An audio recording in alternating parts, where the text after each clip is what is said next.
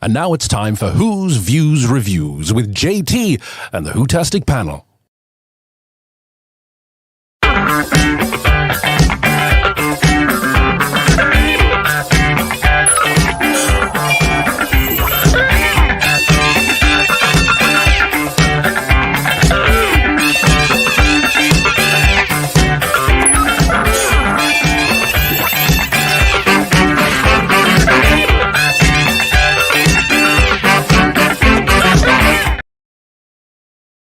Boo! Hello everybody, welcome to Who's Views Reviews. It's Wholloween 2, and what better way to start off our Wholloween 2 series than by meeting this gentleman here. What a cutie, isn't he fabulous? Oh yes indeed, stand by your beds everybody, because here we go. Ta-da! From one terror to another. How are you all everybody? It's great to see you. Thank you for joining in here at Who's Views. Yeah, it's October 2024 as we live and breathe.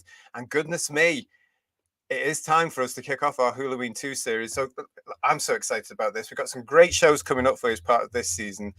And yeah, a great panel for you tonight to talk about a big show. They're going to be coming on in just a second. But I want to say a huge thank you to everybody that's joining us tonight.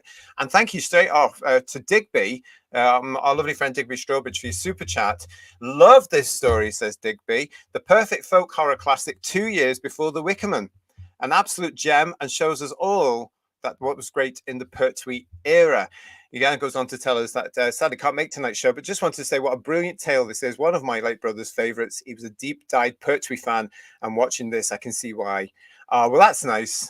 So yeah, so in memory of your brother, then, I think, Digby. But thank you so much for your super chat and for sending that in. And hopefully you'll be watching this back on playback. We've also got Martin here. Martin Brown is saying to us, this was Jon Pertwee's favourite story. I love the documentary on the box set. It goes on to say, the documentary on the box set, going back to the village with Katy, it brought tears to my eyes.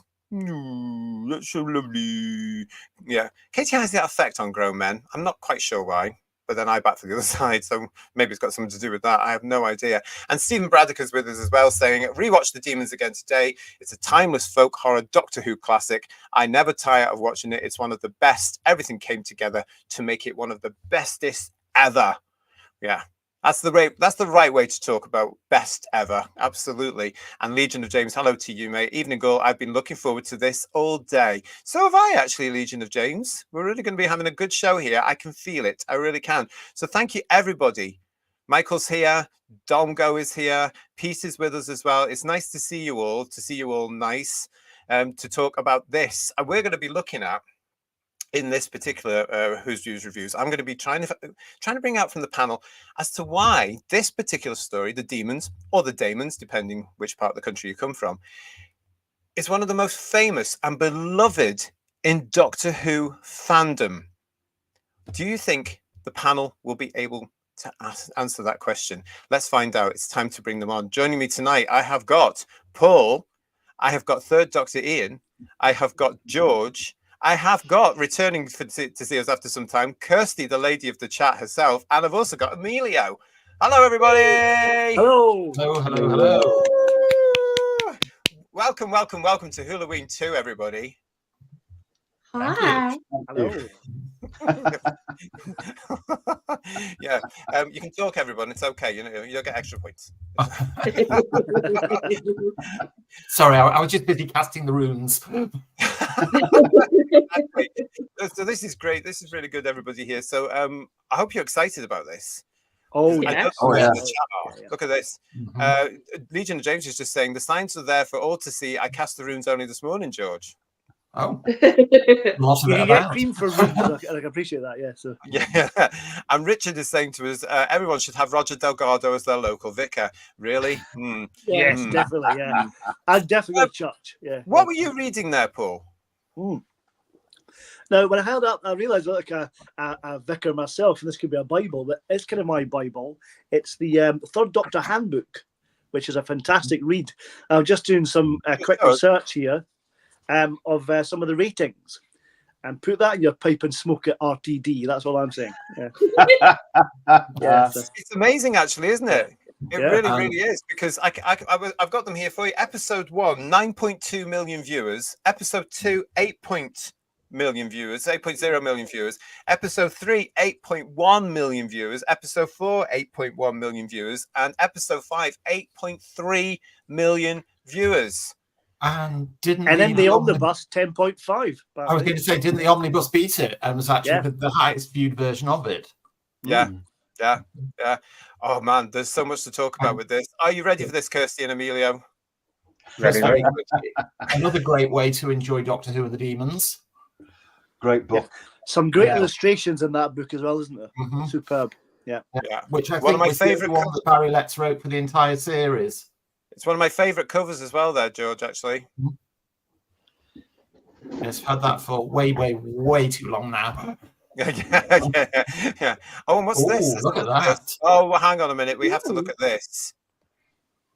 Is that original artwork, Ian? Is it signed by Chris? It's not. It's a signed print, though. All right. That is gorgeous. Fantastic. Because it is one of the best covers ever, and from the best artist ever, in my opinion. Absolutely. Wow.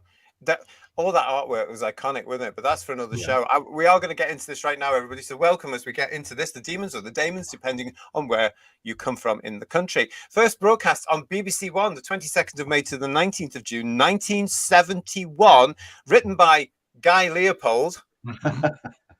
Never heard of him. And yes, there is a story there, of course. I mean, of course, we all know that. Script edited by Uncle Terry Dix, of course, directed by Christopher. Oh, look, it's all coming up there. Christopher Barry, and produced by Barry Letts. Indeed. Now, I'll explain straight away. Why am I doing this, guys, when I say Guy Leopold? Well, most people watching this must know that it was a nom de plume because Barry couldn't write for the series, being the producer, and him and Robert Sloman went together as writers, and they chose the names from family names. I think family members. Wasn't Guy Robert Sloman's middle name? Leopold was Barry Letts' middle name. I think so. Yeah. It's just brilliant. I mean, you don't get those sort of things today, of course, everybody, but that's how the BBC used to rock and roll. I want to say a huge thank you right now for this piece of artwork. Oh, nice. By the way. Nice. And this is from our regular viewer, Stephen Braddock, who I know is in the chat. Stephen, thank you for sending this. When he heard that we were doing the Demons, he sent this as a little tribute to this story, because I know you love it, don't you, Stephen? So thank you for sending this in for us. Really, really chuffed to get that. So here we go then, everybody. The Demons, where can we start? I'll tell you where we can start.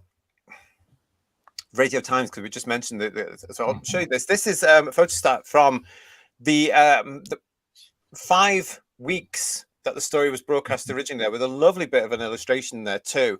But of course, as the guys already mentioned, this thing was played a lot. So we've got this, which was the original printing in Radio Times, which also had this. Oh, nice. Yeah. I really need looking after, said Katy Manning back at this time. This was her second Is this in real life or was it Joe Grant? Yeah. So here she is with her season here. And then the omnibus that you mentioned got that. That's a fantastic Are these all Frank piece of Bellamy, artwork. these drawings, yeah? Yeah. Frank Bellamy. And they are, aren't they? They're absolutely stunning drawings. The Doctor Who and the Demons, 4:20 in the afternoon, and got huge figures, as we've just been saying. 4:20. Oh dear, how times change. Matthew Corbett actually gets a credit in the Radio Times there on that last one. The very bottom name, Jones. Oh yeah. Fantastic, yeah. Oh, fantastic. I hadn't seen that. Well done, you. Yes, so here we are. We're going to be cracking on with this now. So this was over. Oh, I mean, what a story! And I was saying there as I was introducing you guys, and I don't know, Kirsty and Amelia, if you are aware of this, but this story is a massive favourite with a couple of generations of Doctor Who fans. Huge. I mean, it has become its own sort of magic story for many reasons. But I don't know if you guys are aware of that, being the youth on the panel. No, but I can see why. I've heard that it was a very popular episode. So when I went to watch the Third Doctor era, it was one I was looking forward to getting to see, how good it was, and did it match up with the hype? Oh, there's a question. It's definitely one of the tentpole stories. Yeah. You know, that is a very definite marker in the history of the series. It is. Yeah. I love some of the chat that's coming through already, like this one from Richard Brooks. I love it when the shotgun breaks and they carry on with two halves of it. Now that is acting. Yeah, that's BBC Showbiz 1971. Yes. Yeah. That was obviously done Whatever at you do, 5 to don't 10 at stop. night with no time for a reset and a retake. Happy days there, everybody. And Pete's saying to us, what a fantastic team. Let's Dix, Christopher Barry, they are legends. They are, aren't they? They really are. And hopefully we can go through that and prove that with all of us here. So thank you so much for that. Let's have a look. What else? Yes, Dom, go. It is. It's the Daemons or Demons, depending where you come from. He's telling me that. Oh, I love that. Dalikai is with us as well, saying hello. And Pete's saying to me, hi, La. Hi, La, you're right. Michael, I don't know if I can read that out, but I can certainly put it on screen. And isn't this nice, guys? Saying Richard's saying this is a treat. We haven't even started yet. I hope you've all watched the episode in the Who Views as well. I hope you all got there. So if you've watched it, then hopefully we can all join in together with this. What's this from Cara? Hello, Cara. I'm running a little late. Don't worry, we haven't even got to the show yet. We're absolutely fine. We're still warming up. We are starting about. And Pete Harrington saying, "Oh, this is perfect for Halloween or Wholloween as we call it on this channel." See what I did there? Extra points for me, I think. Graham is saying the Master as Reverend Magister was a fantastic idea. Yes, idea. Oh, and this one for you lot. Look at this from Dongo. Wow, what a panel. Oh, makes me feel like I'm on blankety blank. University Challenge is all this going on there. University Challenge. There's a lot of this. Thank you very much for that. I'm really excited about this panel as well because we've got several oldies and a couple of people that are on the way to being oldie. So that's that. So speak up, son. I can't hear what you're saying. Cara is also saying to us, I love this episode. It taught me the difference between Maester and Magister. Okay. And hello to Mark McIntosh, who's got us here. Whose Views Reviews? What a great tonic on a dark October Wednesday night. I hope so. I really hope so. Right. So, yeah, I've just seen a couple of things there. We'll skip past those. Well done.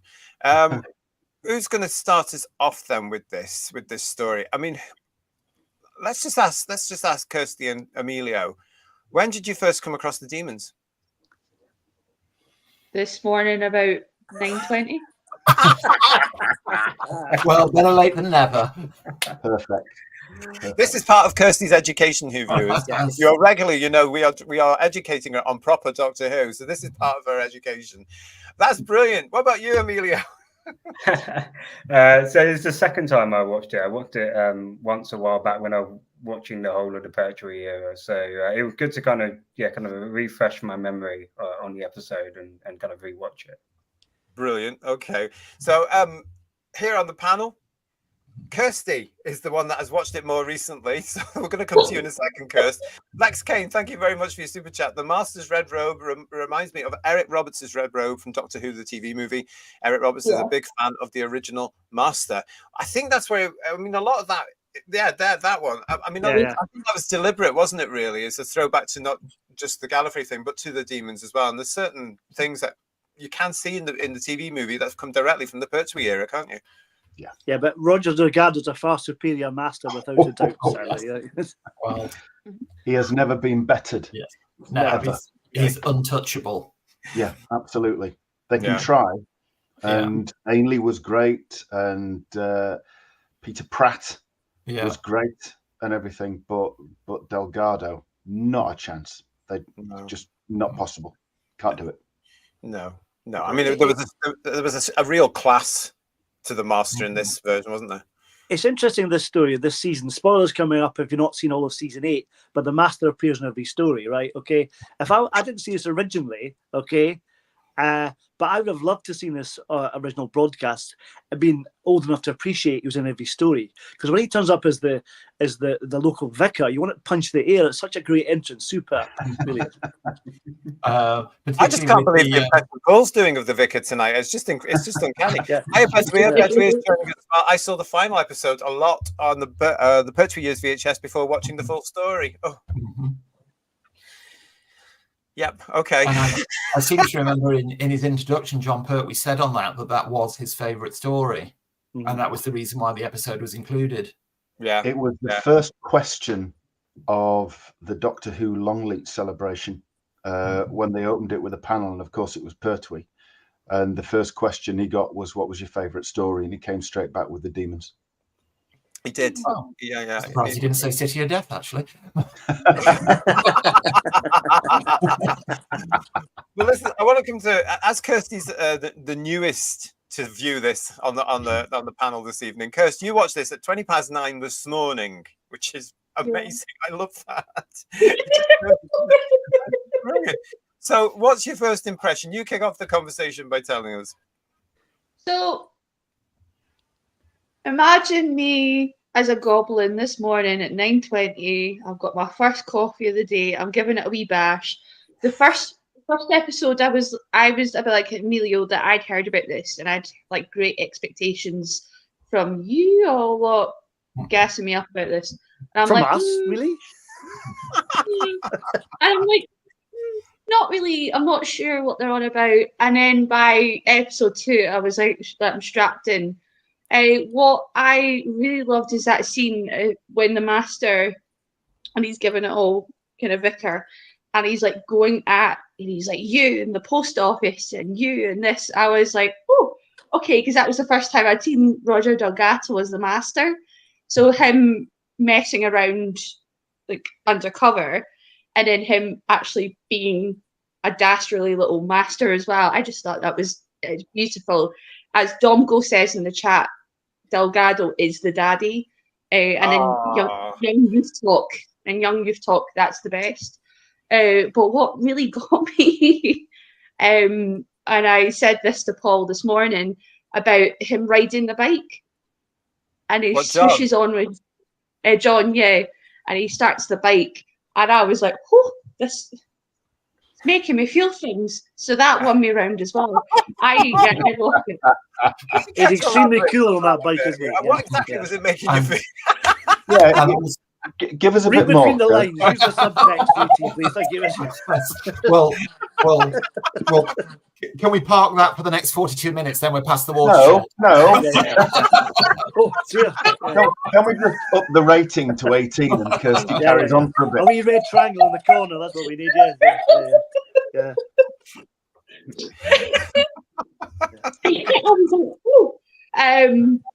But I loved it. The use of practicality, how strong and just straight to the point this story was. It did live up to the hype, and I'd love to see it again and watch it and see what else I didn't catch, and how it's fresh still in my mind. Give it a wee while and then go back and see it again. But yeah, Third Doctor, he's winning me over as one of my favourites now.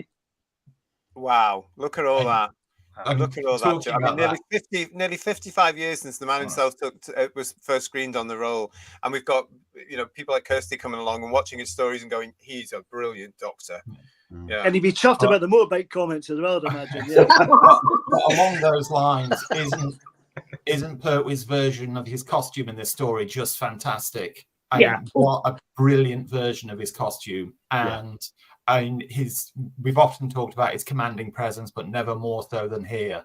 I mean, when he's on screen, everything is secondary to him, and that's not belittling everything else at all.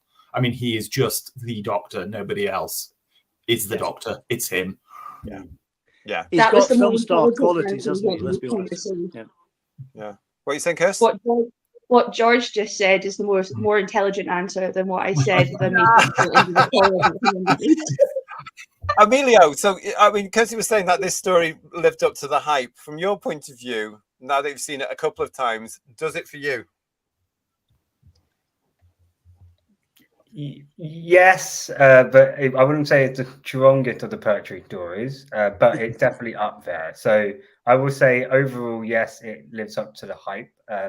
Is it as high up on the list of great episodes in classic Who? I would say it's yes. I would say it's somewhere at the upper end, but not right at the top for me personally. But I do love the episode. I love the fact that it's very quintessentially British, right? It feels the setting in the local village. I thought it was really, really cool. I think the episode does a really good job of being serious, but also it has some really comedic character and comedic moments in it. I was just sitting there thinking to myself, I really want an episode of what the Brigadier gets up to on a night out, kind of thing. After I think he pooled that night as well. I'm sure there's someone. Like, who's in the bed? Doris again. Probably, it's Doris. It's it's only recently. It's only recently that scene stood out to me a little bit more as I get older. Hang on a minute, where are you? They did toy with the idea of having somebody else in the bed, I believe, at one point, but opted against it. So Kirsty, did seeing the Brigadier in his gym jams trigger a moment as well for you? Kirsty, I'll send you some Pertwee pictures later on that'll keep you offline for a week, love. Stony ground here, everybody. Stony ground now. We're going into uncharted territory. Not once. The buffs there. Yes, not once from a certain notorious film he did in the late 70s, are they? No. I'll start with him balancing on one leg on the back of an elephant, which is also upon 3 legs, and go from there. Have you seen Spearhead from Space yet, Kirsty? Have you? His first story? Okay, look out for that. You'll enjoy that. Yes. In part 2, I think. Yeah. We have got plans for that one coming up. I don't know if Amelia, have you seen Spearhead from Space yet? I have. That was the first one I started with. Well, there you go. Well, not for classic. Doctor as well. Yeah, the first Pertwee story I watched. I followed it in order, basically. Kept it simple. Gets very soapy, Kirsty. Great. It's a great episode, Kirsty. Definitely worth. No, I've seen it. Yeah, I've seen it. I didn't hear you. Yeah. Okay. Yeah. I'm absolutely delighted to see a lot of the Who viewers with all your chats here as well. Why W2324 is saying, I think I noticed about this episode is that the Doctor is unconscious for at least one episode. Okay, Tom Go is saying the Brigadier is brilliant in all this too. All the powers of hell didn't even remotely bother him. 5 rounds rapid, please. That's going to come up in this as well because that's a classic line, isn't it? That is still around to this day. Bill Larry is saying to us it was BBC 3. Yeah, Doctor Who was quite good in the Pertwee time. Yeah, the thing about that is when that card pops up and there's a breakdown, I expect them to run repeats of 2 pints of lager and a packet of crisps and a constant loop. But they didn't, But the thing is, as well, is that their BBC 3 looks better than the proper one. God, yes, yeah. Similar sort of presenter, though. Hi, Robin. Robin Calvin's with us. Roger Delgado, Widow's Peak, Brown Eyes, Goatee Beard, and Nero Tunic didn't need to dance to Boney M. He just had to walk through the door with that incredible face, and we knew he was the master. Yeah. Sasha Dewan did that, JT, in case you're wondering what they're talking about. I was wondering, and then I sort of thought it's probably something I don't want to know about. Daleks and Cybermen. There's a great comic moment. The Daleks looks at the Cyberman and they think, that's fantastic. That was the best bit of the Whittaker era, I think. Yes. And it didn't involve her at all. Yeah. It's a shame. Anyway, back to the Demons. We're alienating our audience here. We're here sorry about that. So Paul Thomas Ashworth, nice to see you, my friend. Thank you so much for your super chat. Hello all. It's good to see Kirsty back in the chats. I love this Who story.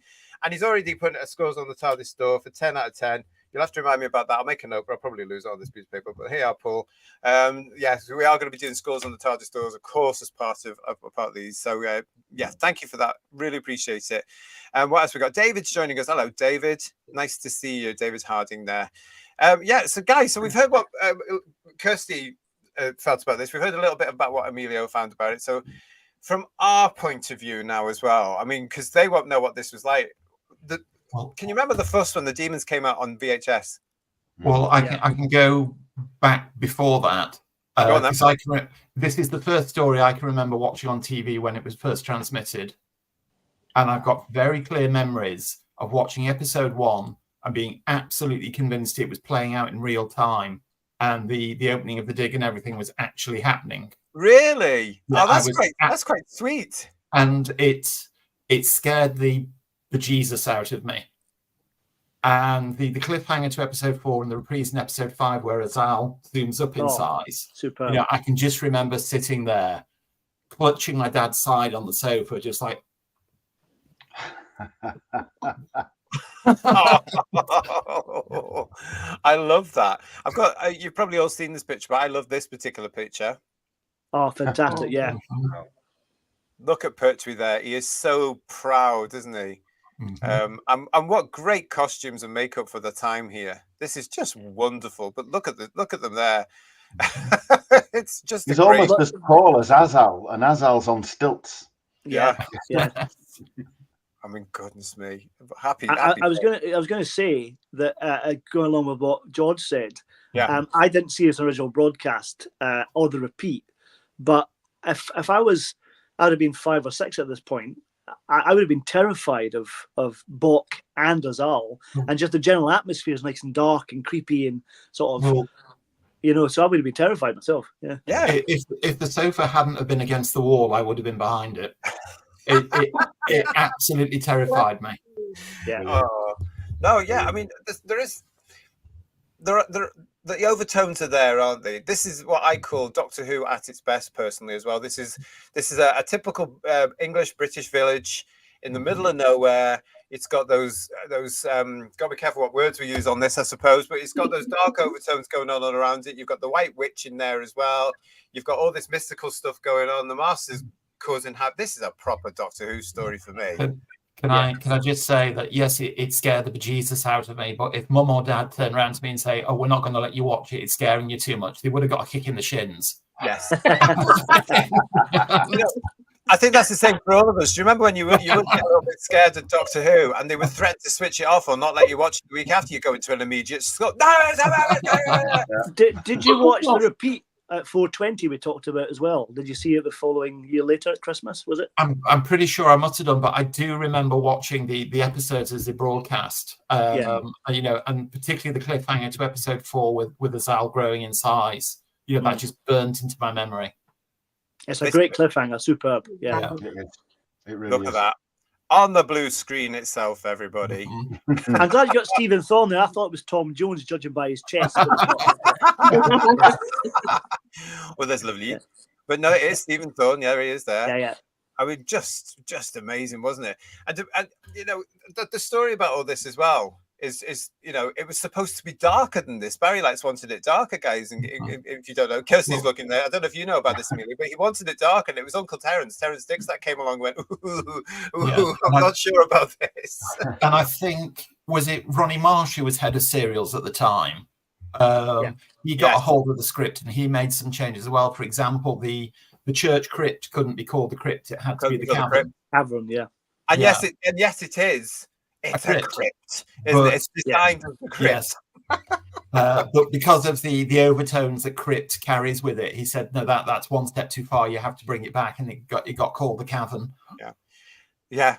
And those two things, actually, the Cavern, of course, was a very well-known club in Liverpool. The Crypt was a very known pub that I used to go to, which was actually from hell itself back in the 90s. What a dive that was, but we loved it. It had tables in the shape of coffins. they couldn't have gone full Dennis Wheatley on it, could they, to be honest? It's a family audience, isn't it? So that's the thing. Yeah. It's true there as well, yeah. I mean, it's a great way to start it as well, isn't it? Because it does start. I can understand, George, why you were saying you thought as a little boy that this was in real time, because it starts a little bit different, doesn't it, really? Yeah. And the characters, I don't know if Emilio and Kirsty agree with this as well, but when I watched this, I actually didn't see this till a Doctor Who convention when I must have been about 18. It was the first time I saw this, and it was in a grainy sort of black and white then, because we didn't have the colour. And it was a grainy sort of black and white, and it was on one of those projected things, and it was occasionally goes, must have come from Australia or something like that. I've had some of those, yeah. But we were all like, because it was Pertwee, and it was this big story that all the older fans had told us about. Oh, you got to see it if you can. This is the best Doctor Who ever. So we're all sitting there going, and I was just taken in by all these incredible characters who are very much, hey, we don't have strangers here. There ain't no castle. That's it. Who's that guy in the velvet then? Let's have him. And the wig as well, yeah. Yes. I must say, actually, kudos to Pertwee, that he didn't have a toys out the pram moment and insist that line was cut, and he played along with it. It's superb, I just thought with the costume and the wig. I bet Terence Dix put that in there on purpose. It's like that Robert Holmes line in Time Warrior, but I think the knave with a mighty nose. It's like that, isn't it? Kind of Though Katy Manning did say that she was holding her laughter in when during the take on that. She really, really had to fight not to burst out laughing as the line came out. I'm sure. Legion of James saying to us here, given the subject matter and tone of the story, I am surprised it got put out, especially in the era. It must have really scared kids and had parents clutching their pearls. Now that shows you how much the series has actually changed. But back in those days, they were responsible, as we've just illustrated here, by how they toned the story down.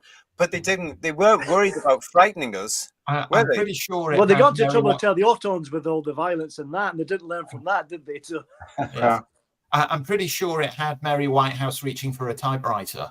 Oh, I'm sure. Yeah. But when did she never? But I think you've got to put yourself in the era and do a little bit of research. Obviously, if you weren't around, as some of us fortunately were, but if you weren't, just look up some of the early 1970s public information films. Mm-hmm. Oh yeah, about not playing on railway lines. If you want scary, yes, the animated ones with Charlie the Cat. I mean, they were nightmare fuel. They really were grade A horror. That's a great point. If they got those on specifically for kids, like the one around the water that's the cowled figure, but Donald Pleasance narrating it, and that scared me to tears, that one. When you've got that, but they got the message across, didn't they? Yeah. Yes. And when they were put out deliberately for kids, that was the bench line. This, it was a different era though, but it was They used to get broadcast either just before or just after Blue Pizza. And all the time on the ITV networks, of course.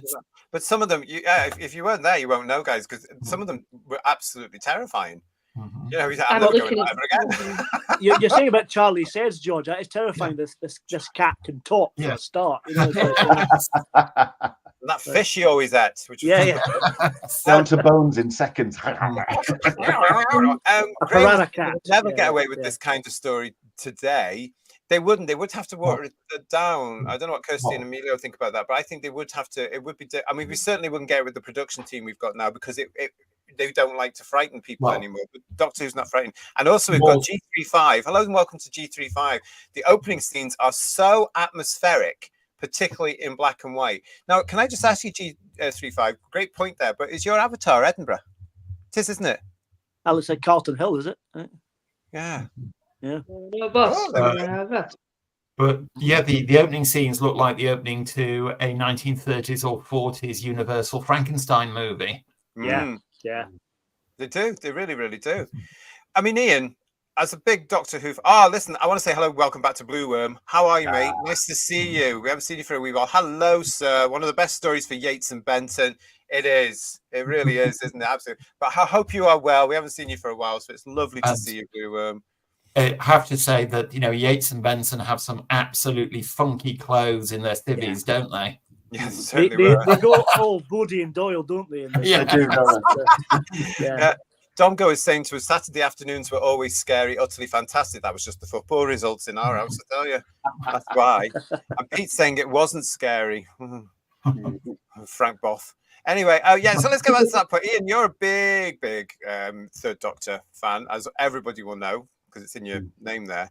I mean, let's talk about this. These two really do get a great story here, doesn't it? I mean, this show. Do you think this was the start of where the unit sort of spin-offs started from? Because I could just see these two as leads. Somebody mentioned they're Bodie and Doyle. Bodie and Doyle is me. Yeah. I mean, this is great. Ian, what do you think about all this?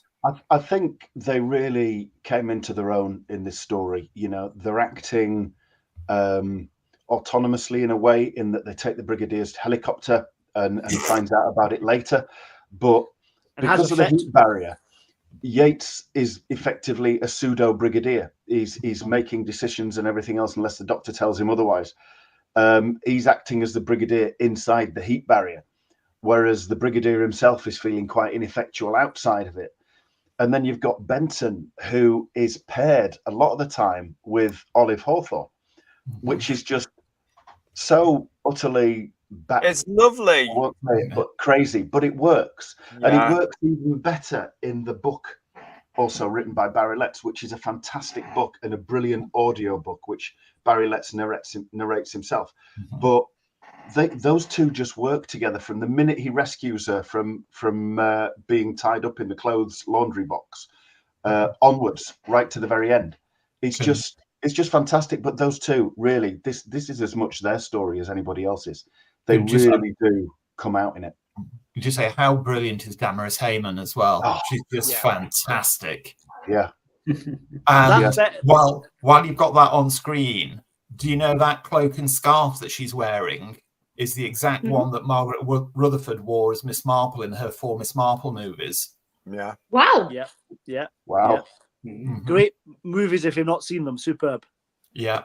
Because Damaris had a huge, long-standing friendship with Margaret Rutherford.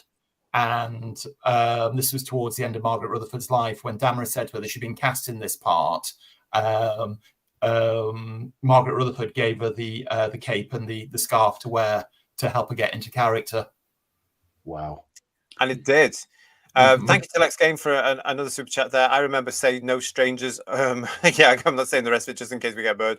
But yeah, thank you for that, mate. Thank you very much. Listen, Damaris. Again, this is another character that you wouldn't see in the modern version of Doctor Who at all. This is a proper English eccentric, and they were all through the 70s Doctor Who's. I mean, we got more coming in Tom's time, didn't we? And I just love the way Damaris nails this part. You know, she's sort of up here, isn't she? Really, she's like, oh, look at me. She's like a lady, but she's like, well, I'm a witch, of course. To which the whole nation must have gone, what? She's not green. She hasn't got a pointy nose. She hasn't got warts. What's going on here? But I love what she's not grog bagged. If that's what you mean. Yeah. No, she wasn't grog bagged.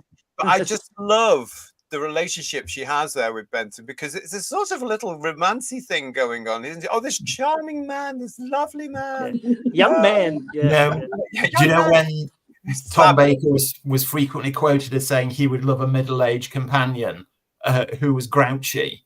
You know, Damaris Heyman as Miss Hawthorne would have been absolutely on the money. You read my mind, because what I was going to come to there is this was another sort of character, even with the beautiful actress that she was. We were robbed, because can you imagine her climbing on board the TARDIS? I remember, I think it was 83, 84, she turned up in an episode of The Young Ones, and I was delighted to see her in it. Superb, playing a similar mad character. Superb. Yeah. Well, she had that down pat. I don't remember that. I'll have to go back and look. But she had that absolutely down pat. But that was what you would expect, actually, when you look at the context of where this is. Of course, the story is set in the fictional hamlet, if you like, of Devil's End. Yeah, which doesn't exist really. but that's what English villages at that time were like. They're few and far between now, because very successive councils and governments have built all over them and made them into high-rise flats. It's more Paradise Towers now than it was Devil's End. But you do find them, and people have to work hard. They have to work really hard to keep them that way, because that's our heritage, isn't it? That's a lot of British history there. But these are the sort of people you would find in these little villages back then. This was relatable. People could watch this on telly and go, I know exactly where this is. Yeah. I love the fact that they've called it Devil's End for obvious reasons. It's spooky and everything else, isn't it? and you hear about Lobbs Crick across the other way. He's a lovely boy, though. Yeah. If you He's getting better every day. Yeah. If you see in when the heat barrier comes down and the Brigadier turns up with the guy with the bread van that's being destroyed, and standing there, and there's the road sign which is partially burnt, it's pointing to another village which is called Satan Hall. Which is just fantastic. Yes. Absolutely brilliant. Brilliant name. And of course, the pub is the Cloven Hoof. Yeah. Cloven Hoof. Yeah. Which is famous, isn't it? The Cloven Hoof. That was a fictitious name for those new to this as well. It's not actually really called that at all, is it? Is it called the Blue Boar? Is that the yeah. Finally, in fact, look at this. This was when it was called the Crown. Yeah. So we've got various incarnations of this from various points of its history, but it's still very recognizable, because, of course, this place is so well known. It's become a mecca for Doctor Who fans. A lot of us have been there. there's been numerous conventions and get-togethers held there over the years, hasn't there? There really has. And we've got two people who have been there. One is our own third Dr. Ian. So we're going to be looking at him. But I want to say at this point, we'll bring it in just now. Let's say a huge thank you to Dino. Dino V, thank you so much for sending your pictures of when you went down to Aldbourne, where this, of course, was filmed. And good for them. You can still, you can still go there today and you recognize it immediately. There it is. You're right, GT. They've rebuilt it though, didn't they? That's good. Yeah. Yeah, they've tapped it up over time. So there we go. Yeah, because it was blown up at one point. No, I'm just joking. I'm joking. No, oh God, we'll probably get cancelled. But look, I mean, it's just amazing all this time, isn't it? It's wonderful. So thank you, Dino, for sharing this. And there he is there. And there's this one as well from Dino.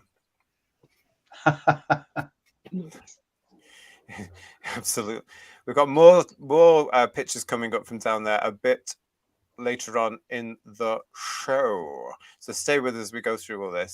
But yeah, I mean, it's just what a wonderful location to find and put into a Doctor Who. It's just so typical of what we expect from Doctor Who. It's just wonderful. Another thing that gives the Demons the gloss that it's got is the high percentage of location filming. Yeah.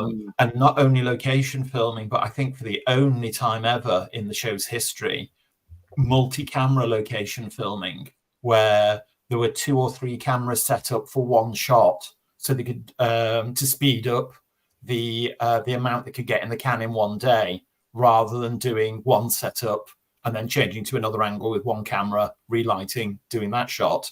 All 3 cameras would run at once, and it would be intercut. So a huge amount of money was spent on footage that wasn't used because 3 cameras were running simultaneously on 16mm film. But it gave Christopher Barry such a wealth of material to cut in to make it look as good as it was. And also things like the helicopter chase on the motorbike. Obviously, you could only film that once. You couldn't, you couldn't turn around with a megaphone and go, reset, opening positions, let's do it again. Yeah, you've got this helicopter from the budget for half an hour. Get on with this. Yeah. But even having said that, they knew how to get the most out of the budget, because the shot of the helicopter exploding is actually cut in from Russia with Love. Yes. No, I didn't believe that. I don't, Kirsty and Milo, this might be news to you two, but I didn't believe this for years. And it is actually, you can see it when you go and watch from Russia. There, I mean, just thought, oh, okay. It was Is true. it the same sequence that Barry Letts used in Enemy of the World as well? That's the same helicopter. I think it is, yes. Yeah. One. Yeah. So, and if it worked the first time, why not repeat it a few years later? You know. Yeah. But I honestly, when people told me this back at the time when I first saw this sort of thing, I was like, no, they wouldn't do that. No, it's true. Yeah. They bought the rights to 3 seconds of From Russia with Love and reused the footage. It was far cheaper than they're blowing up a real helicopter. Yeah. I think we do have to talk about the leads here. So we mentioned them before, but I mean the openings. I don't know what you guys think, but I love it when the Doctor and Joe appear in this. I mean, what's Joe on? Bless her. I mean, the whole thing with Bessie. So this is here, I think, to counteract this whole spooky thing that's going on, isn't it? The magic to science, magic and science. And the Doctor runs through this all the way through. It's not magic, it's science. I mean, what do you think of all this, the way these two are playing here? Oh, I love the chemistry between Joe and the Doctor. I think kind of it's just like the Doctor's bewilderment. How could you believe that this is kind of magic? If obviously that theme of kind of the Doctor kind of slight bewilderment, like, come on guys, it's science, kind of get with it kind of attitude. I like that kind of dynamic, but it's always like it's not done in an aggressive way sometimes, but the way you put kind of Joe down, it's like an endearing kind of in an endearing way, probably the best way to phrase it. I find the Professor, who we'll probably go into later, I find it was like almost like a contrast to Pertwee Doctor in the sense that he was just rude. Like, he was funny, but he was rude.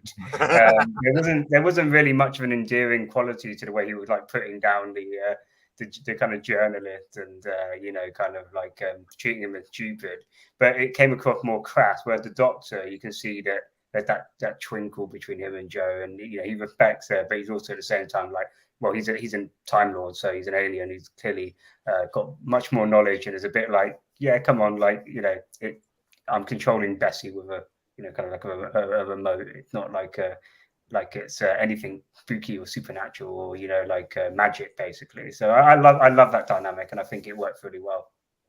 I'm really impressed by that remote control. When I was a kid, I had a racing car, and the remote control was a cable that came out of the car, and you had to walk with it like 3 or 4 feet away with this cable. And that's what remote control was like in the 70s. Nothing like the Doctor has at all. I think doesn't Pertwee look cool though? In that he's just got this blue. I want to call it a lab coat, but they're white, aren't they? But it's just because he's working in the house. He looks like he works in a chemist, though, Ian, don't you think? He's still got the little thing in his pocket, though, hasn't he? Yeah. Can I just ask though, how many spanners does one person need?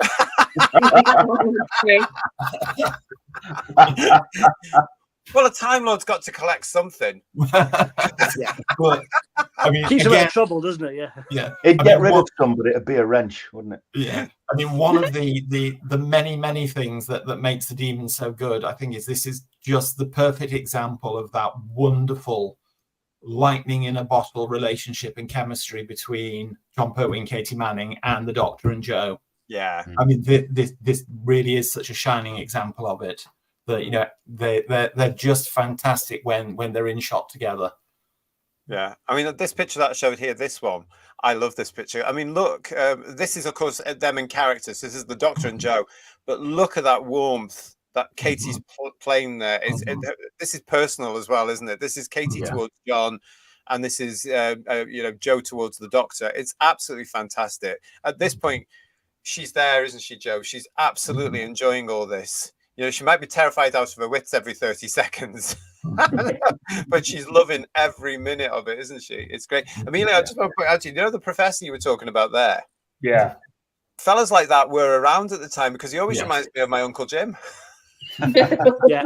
Robin Wentworth is brilliant as Professor Horner. Give him a shout out. He is so funny, so dry. He's brilliant. Really is. Yeah. But you would at the time actually get boffins and experts on TV behaving exactly in that way, who at best would be brusque with whoever they were being interviewed by. It was so British though, wasn't it? Oh, get on with it, never mind all this technical stuff, get on with it, come on, we've got to do that. It was just, I mean, it's hard to think now because everybody's grown up in it, but these guys hadn't grown up with television. They didn't understand it, had no time for it at all, much like me today. But it was just a case of like, just get on with this, get out of my way, let me talk to these people. They don't want to see you. I loved that from him. What a performance. I like where Fergus says to him, would you like to explain that? And he just goes, no, and carries on. You should have done your homework. I love how they've also got like a bit of sass back, like for the viewers, like he's not afraid to give it a little bit back. But I loved it. I think the way the reporter kind of navigated his way through it was quite good and quite funny at the same time. Yeah. There's some great comments coming from you all in the chat. Thank you so much. Legion of James, the cast are top tier, and they all give exceptional performances. Miss Hawthorne, played by Damaris Heyman, is wonderful in this story. You can actually tell that the script has arrived from their agent or from the production office, and they've gone, oh my God, this is great. We're gonna, and of course, we all know they had a fantastic time doing it as well because they bonded. This cast actually bonded. They were in touch for 50 years or something, weren't they? Amazing. Well, Rob Alexander, Yates, fancy a dancer. The Brigadier, I'd rather have a pint. Yeah, I'm with the Brigadier on that one. Yeah. Pete Harrington is also agreeing about Damaris. I mean, Damaris was so special to fandom as well, wasn't she? When she did an appearance, it was just so. Here's Damaris, and she was so lovely with. If you were lucky enough to meet her, she was so lovely with us all, and she loved the attention in a nice way as well. She was brilliant. I think it's very telling that when she passed away, her obituaries, given the long and distinguished career that she had, one of the things that was mentioned in every single one of them was her Doctor Who appearance. Yeah. Well, she loved it, didn't she? And of course, she kept that going because she did that. Who did the? The Keith Barnfather videos, you mean? Yeah, Keith, wasn't it? It was Keith. Yeah. Yeah, he did that sequel with her. One of her last jobs as well, sadly. But Mm-hmm. Bill Lowry is saying the Doctor treated Miss Hawthorne with respect. Yeah, considering that all through these episodes, Bill, he's going on about it's not magic, it's not magic, it's not magic. When he sees the bit on the television, cue card, this woman's absolutely correct. We've got to get down there right now. Everything that he's just said sort of gets just put to one side for a minute as he suddenly realizes what's coming through on this bit of information. He's like, he knows what's happening. He's going, no, we've got to get down there and we've got to get into the mix. I love that. It just changes the whole story straight away.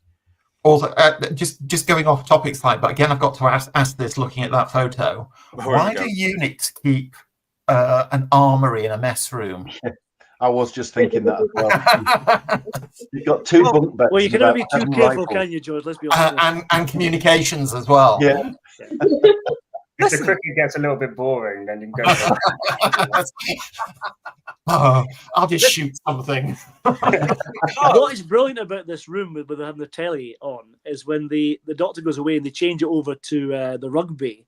And what really pleases me, you can hear Bill McLaren, the rugby commentator from the 70s, 80s. Fantastic voice.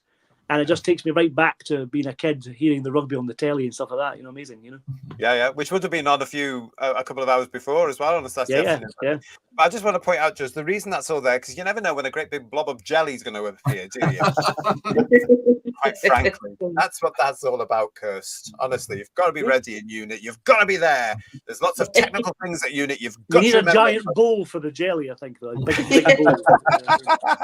You've got to be on those drains at all times, everybody in unit. That's the main job here. But I just love that scene where suddenly the Doctor's like, off we go. I like that scene too, because I think sometimes in New Who in particular, I think the Doctor reveals all his cards too quickly, and I quite like the fact that he was kind of keeping it to himself. So as an audience, you're like, he's not telling the rest of them what did the Doctor know that he's not saying, and maybe what's the reason why the Doctor's not coming out straight away to say what it is.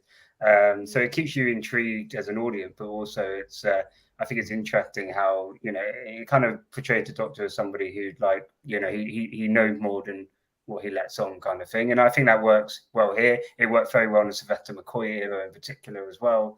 So I quite like that. Again, New Who sometimes too quick to kind of reveal it. I think Capaldi Doctor probably maybe his first series in particular an exception to that, but I think they tried to bring a little bit of that back to the Doctor. So yeah, I really like that as well.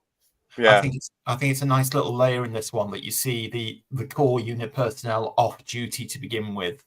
Yeah, and they're Benton Yates and Alistair Gordon Lethbridge Stewart before they become Sergeant Corporal and Brigadier. Yeah. Nice to see them let their hair down a little bit, because it gives you a little bit of an insight into their characters when they're not having to just kind of fight monsters. The episode where he's in the Sergeant Benton's in the pub, and basically you can just see just to kind of, because he really wants to get out of there and do something. You just see him with a glass of whiskey, just kicking back. I'm gonna have that. So again, all these little small details, it gives you a little insights into who they are behind the scenes, which I think is really nice. Yeah, I love that bit in the helicopter before they land at the pub. And he goes, okay, first things first, what, breakfast? It's very much how the Soldier Boys at the time would have been, I reckon. Yeah. Ian, correct me if I'm wrong, but in the book, isn't there something about Benton being a ballroom dancer and his partner spent weeks sewing sequins on? Yes, I remember that. Yeah, of course. Yeah. That's where that is. Oh, my goodness, you're right.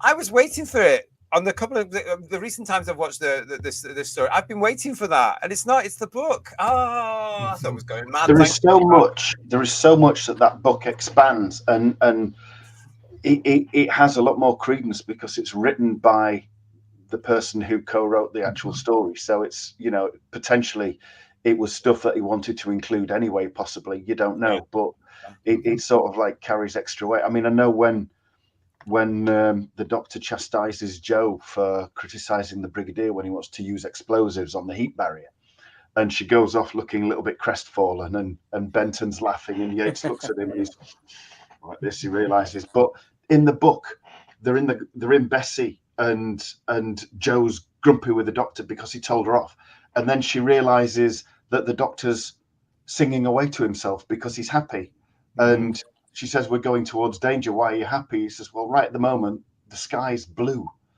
and it's just a lovely part of the book that just doesn't appear in the TV program at all. It's a wonderful book.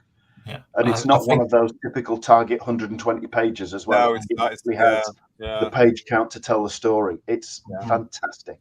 That would have been great if they had added that in, because I thought I would like, oh, that was harsh, Doctor. Like you definitely wouldn't get away with saying that to a male character to a woman nowadays. Definitely not. The funny thing about it is the Doctor's already just said it to the Brigadier himself, and then he tells her off. Yeah, but that's different. That shows where the Doctor comes from, and it also shows the strength of the Doctor and the Brigadier's relationship, and that carries on in all the original incarnations, I think, as well. The Doctor can say something to the Brig, but the rest of them, no, you do your job and have the respect, and it shows actually the strength of his relationship towards the Brig, because he admires and loves this guy. You know, he's right up there with his favorite companions, the Brig, and I love that. I want to say to Komodo here, she's like the lady in The Curse of the Were-Rabbit. About Damaris. And also we got Sheila B in the Devotion saying to us here, Damaris was just like my headmistress at my school in the 70s. Oh, really? I wonder why.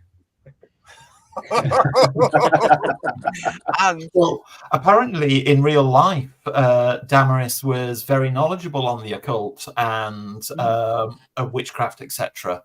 Was she? I don't think. Yeah, and she acted as a sort of unofficial consultant for the story. Oh wow! Wow, that's fabulous. Thanks, Pete, for that. Paul's got that one there. Yep, great. And also a huge thank you to Geordie Boy. Nice to see you for your super chat here. All this background information is one of the reasons I enjoy watching. Oh, that's nice to know. there's a great bit in the one of the documentaries about the opening of the episode, which is really atmospheric. But you see that furry thing going past. That was apparently one of the floor manager's hats or something going past, representing a rat or something like that, which is fantastic to know. I thought it was one of those things from Vision On. Oh, yeah. I think also from that. Christian Emilio, I've got no idea what we're talking about here. It has had most of the audience, but Google Vision On. That's you do that. From that opening scene, though, as well, when you watch the documentaries or you read about it, and you find that various people were sent up to the top of the church with jugs to pour the water out of the spouts, so it looked like the rain was coming down heavy, because it wasn't. You know, well, the fire brigade helped with that as well, I think. Yes, I was going to say another thing that the part of the budget was spent on was getting the fire brigade to turn the hoses on to simulate the rain. Yeah, absolutely. Well, they also helped put out the fire when the church blew up as well. Yes, and also it was an actual night shoot, which is way more expensive than shooting in daylight hours. Yeah. So a lot of the budget went on the fact that they actually filmed at night. Yeah, and it works so well for the story, doesn't it? Yeah, it really does. It does. I mean, it sets the scene brilliantly, because if you're going to watch something which is called the Daemons, if you're going to watch something like that, to open it up with anything other that was just typical British hammer horror type thing would have been a huge mistake. These guys knew what they were doing. Yeah. But also, as a sidebar, how fantastic is it that we've got a decent quality colour copy to enjoy now? I mean, hats off to the restoration team and everybody involved. We've gone from blurry black and white to all but broadcast quality colour again. Let's talk about that. But first of all, to David Harding, Miss Hawthorne is the sort of character that if she appeared anywhere else, she'd either be the one behind the bad stuff, Scooby-Doo, or she'd get killed off because she got too close to learning the truth. And that would be something like Murder, She Wrote. But yeah, I mean, it's absolutely right. But this is why it's Miss Hawthorne.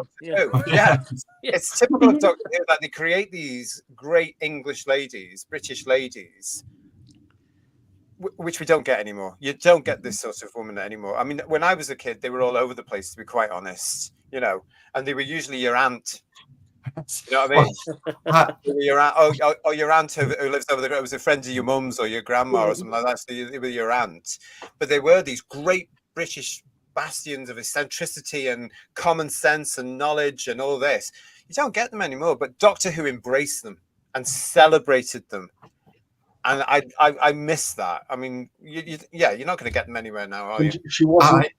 she wasn't Margaret Hawthorne or Jean Hawthorne or Mary Hawthorne. She was Olive. Yes. And it just works, doesn't it? Olive Hawthorne. She works at the bus depot canteen as well, I think, inside. But I always think that scene where Miss Hawthorne first meets the Master as Mr. Magister, and she goes, "Oh, existential indeed," and all the rest of it, and they part company. There should have been a shot of Miss Hawthorne walking away, muttering to herself, "God, you're sexy." I'm glad they didn't. I mean, that would have been funny, but it would have lessened a bit for Benton there. I must admit, I love when the Master can't hypnotize people. That works so well. They did it a couple of times. I think Rex Farrell's dad for one. But this is brilliant when he doesn't get his own way, and he's like, I'll get you eventually. It's kind of like, it's brilliant. But isn't this a really good example of a strong female character in 1971? Mm-hmm. The Master can't hypnotize her. She's not afraid. She won't back down in the face of very supposedly strong male characters like Professor Horner or the Master or the Verger. Or indeed the Doctor. Yeah, I know the Verger's really creepy, don't you think? Yeah. Oh, yeah. But I she think doesn't her will was stronger than the Master's, and that's why, she's quite a strong-willed woman and very strong in her beliefs. And so it's almost like, you can't manipulate somebody if they know who they are, they know what they're about, they know where they stand. And she very much comes across. You're right. Lady. But she's also like that with the Doctor. She meets the Doctor, and she's not instantly, "Yes, Doctor, no, Doctor, yes, I'll do as you say, Doctor." But she recognizes that he's something different because she calls him a warlock or something at one point, doesn't she? Yeah. But the other reason, of course, Emilio, that doesn't work, and sometimes the Master can't hypnotize these people, is because we're British. Through and through, and we don't stand the nonsense. That's what that's all about. Never field day in America. You must believe me and take the glasses off. Superb. Yeah. And you did that really well, Paul, actually. Thank you very much. And Dudley Hypnotism 101. Fantastic sting for the Master that was used in a number of stories. All over. Let's just say hello to Alks B. Nice to see you. Nice to see you. Alborn is a nice place. Happy memories. Photos of the shoot in the pub. We've got some more photos of Ian's time down there as well. Ian's time in the pub. Yes. Or yes. This will take a very while. nice meal there, actually. Talking of photos from this, there are lots and lots of photos taken when they were there on location. And one of the best Doctor Who photos ever is Stanley Mason, fully made up as Bok, signing an autograph for a little girl sat on the steps of the church gate with a cigarette in his mouth. Yeah, terrible. I don't have those, but I do want to come to the colouring thing that we were talking about. I don't have those, but I do have these. Oh, wow. Wonderful. The cine footage they have of some of this is superb as well, don't you think? Yeah. Oh, indeed, yes. A local resident who was in a camera society did a home movie of it. And it's fantastic shots. Is that on the DVD? I think it is, yeah. And you had seen it over the last 10 years or something, yeah. And I've got this one as well. I think this could be from part of it, I think, isn't it? Yeah. I think it is, yes. I think these are from this, so yeah. But aren't we lucky that on that old beautiful cine film type thing as well, which brings back so many happy memories of flares and ice cream. But that's just maybe everybody. We're so lucky to have this because this didn't happen, did it? Because it was usually in TV Centre. So when Doctor Who came out like this, some bright spark in the village. I mean, guys, we're so lucky that they went, I'll just have a little. Well, brilliant. They spent the best part of a week on location there, didn't they, at Albon? Which is an awful long time to be on location because it's normally 2-3 days at the very most. Yeah. Absolutely. Let's get onto this then, because Emilio and Kirsty, do you know the story of this whole thing and the recolouring process? No. Oh, fabulous. Go on, who's going to tell them then? Because this was big news for us in the 90s. You remember I was saying that at a convention in the late 80s, I'd seen a very grainy black and white version, and I'm sure it had 1 or maybe 2 episodes missing. We better explain a little bit of backstory before whoever explains how it was colorized. Do that, yeah. The BBC used to do film prints in black and white of color stories and send them to countries where they didn't have, color TV. But America got stuff as well, but it got converted from PAL to NTSC, and there was an American copy of the Demons found in the States by, I think, Ian Levine, and then they had a process to put them together. Carry on, George. It was the copy that was found was a domestic Betamax tape that a fan had recorded from a broadcast over in America of the omnibus edition.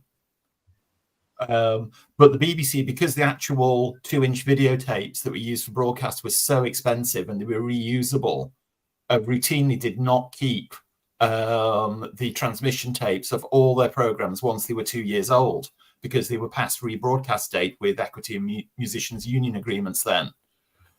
For some reason, episode 4 slipped through the net and a full colour copy of episode 4 survived. But episodes 1, 2, 3 and 5, all we had were the black and white 16mm prints that Paul mentioned, which we used for overseas sales. And then this domestic colour copy turned up. And then using technology, which at the time, which would have been the early 90s, seemed like nothing short of witchcraft at the time. Which is perfect for the story, isn't it? Yeah.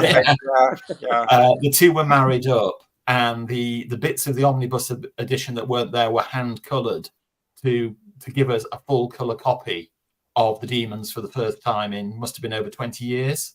I seem to remember it was the 30th anniversary when it got released on VHS. It was the 30th anniversary, yeah, because it had that iconic 30th anniversary logo on. And just to point out, for anybody in the world as well, if you want to know the story about this as well, the full story, you can look up a BBC show on the Tube of Who called Tomorrow's World. I was going to say, it was such big news that even Tomorrow's World did a big feature on it.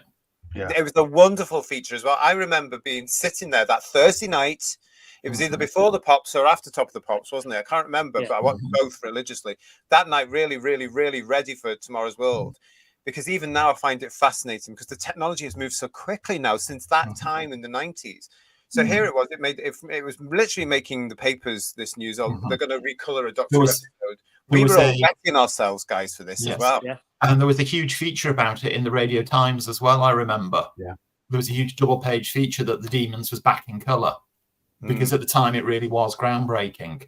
And then fast forward at least, probably 20 years, when it got its DVD release, the colour was much improved. Yeah. And then the recent Blu-ray release, it's all but perfect. They got, in later years though, they developed that chroma dot technology. Yeah, the colour recovery process, that is witchcraft. That is complete witchcraft. That's...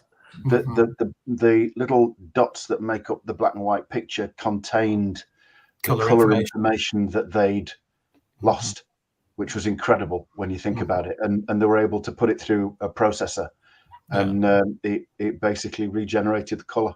Unbelievable. Coming up for half of Pertwee's episodes only existed either as black and white film prints or very low grade color copies. And because of the colour recovery using the chroma dots, we've now got a full set of colour episodes, which is just phenomenal. Did they start it with episode 3 of Planet of the Daleks? I think that was the first one, yeah. That had been 5 episodes of colour and 1 bizarrely. Oh, yeah, I forgot about that. Yeah, it was, wasn't it? Yeah. Yeah, because they also did Terror of the Autons as well, didn't they? Shortly after. Silurians as well, And the Silurians. Yeah. Because honestly, I mean, and Kirsty, you can't understand how excited we all were about this. I mean, this was breaking news. It was like discovering missing episodes, wasn't it? It was that level of excitement. Yeah. I mean, I remember going out that Monday to buy the Demons on video and devouring it that Monday night after work. Complete and not doing all the, you know, and just and in colour nearest. I remember that lovely logo on the spine of the VHS. It was a paintbrush. Which was really quaint, lovely. Yeah. Oh, God, Emilio, Kirsty, you won't understand. They really went for this. I think look at VHS as well. I think is it bad that I wanted to watch this in black and white? I'd actually rather watch this in black and white. I'll be honest. Because I think this kind of story in black and white would be a little bit more eerie, it'd be a little bit darker, feel a little bit more of a kind of horror fest. So actually, I would actually prefer to watch this in black and white than in colour, which is interesting. That's interesting, isn't it? Yeah.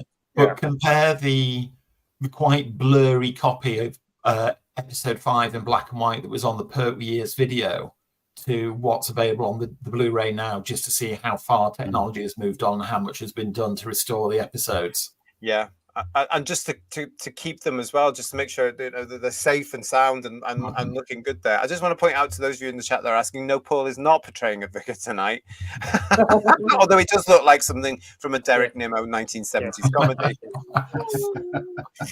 really does. Lex Kane saying to us here, they broadcast the colour episodes for the 30th anniversary. That's right, they did, yeah. I don't remember that because I was out. I didn't see it because I had the video as well by that point. Daryl is with us. Hello, Daryl. Joyce. Countdown Comic did a feature on Doctor Who and took more photos at the Aldburn location. Now, you've got that, haven't you guys?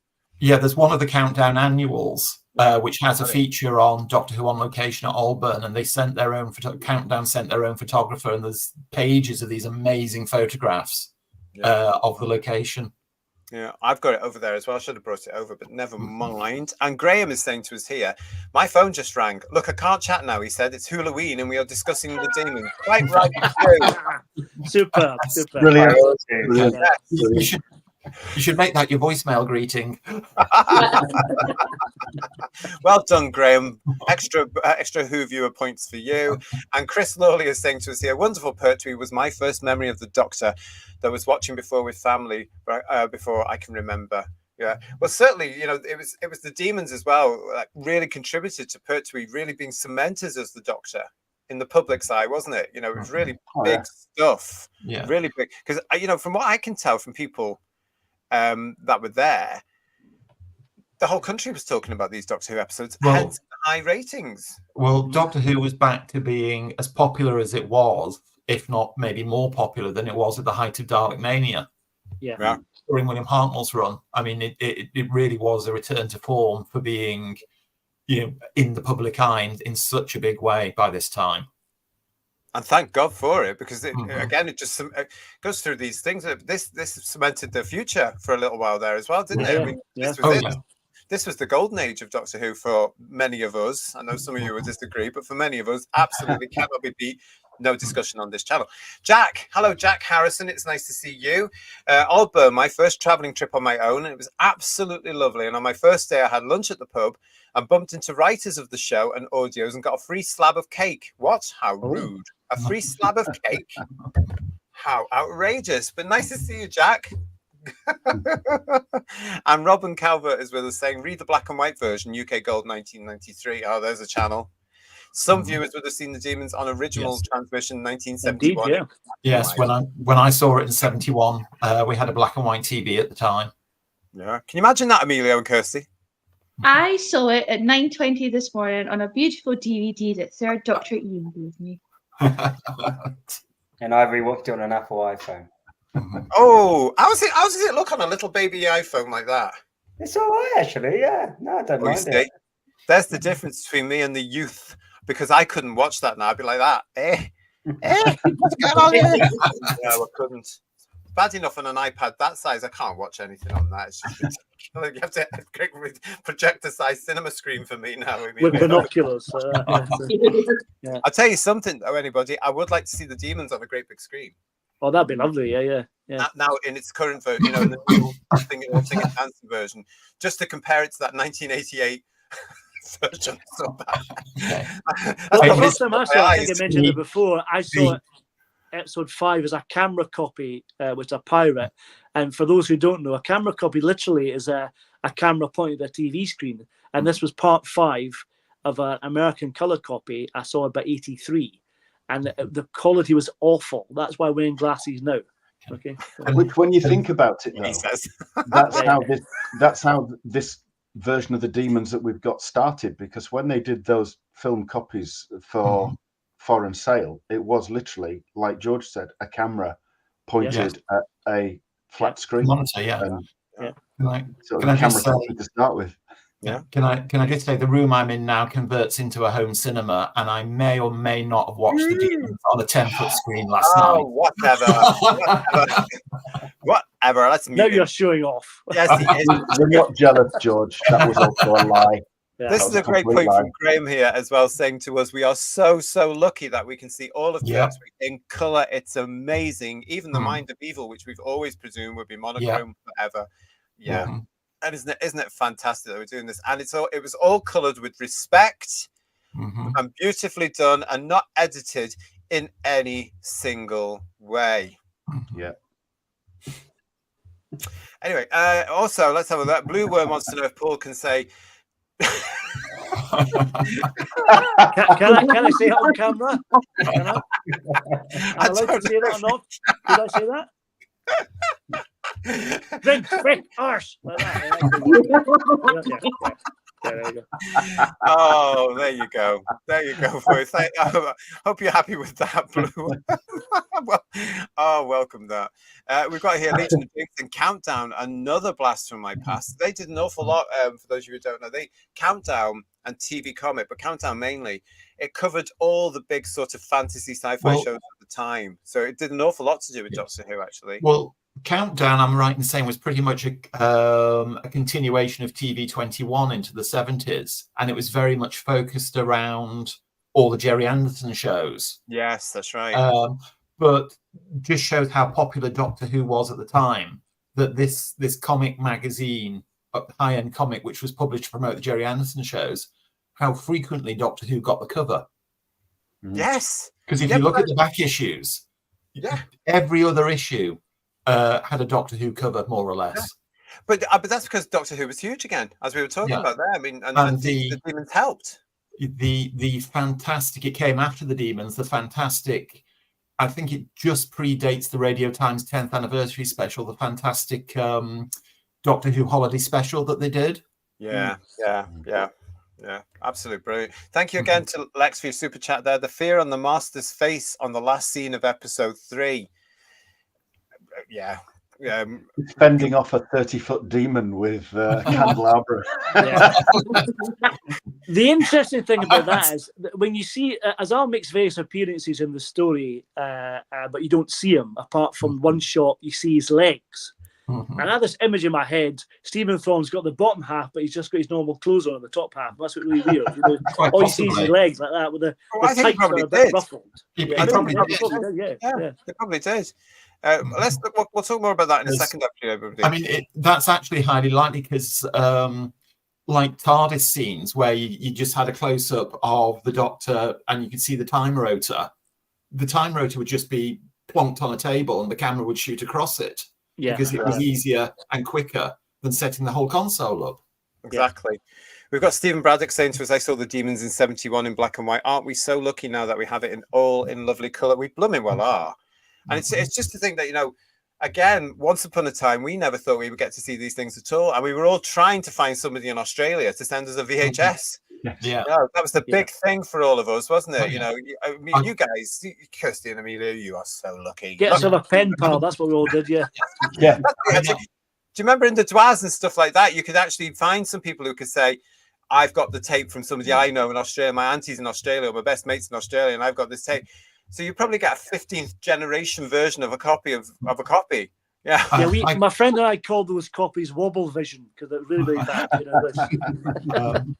I can remember late 70s, early 80s when episodes were being recovered and returned to the BBC, and news would break that, like episode 4, the Celestial Toymaker had been found or the Time Meddler had been found. I remember thinking, that's great. Never going to get to see it though. No. Yeah. I love this from Darren. Hiya, Darren. How are you, mate? I managed to get a complete run of the Countdown comics for £15 a carton. Superb. What a steal, mate. What a bargain. Right place, right time. Good for you. Free gifts, space travel posters and stickers still inside the first few issues. Because what? Yeah. Wow. That's They normally £15 well spent, I'll tell you that. Yeah, Yeah. because they normally sell for about £10 an issue now. Or more. I've seen a couple of them going for about £15 an issue now, £20. I mean, this is fantastic. What an absolutely wonderful, a wonderful bargain there. Frank, you are so naughty. Talking about that, but that's brilliant. Yeah.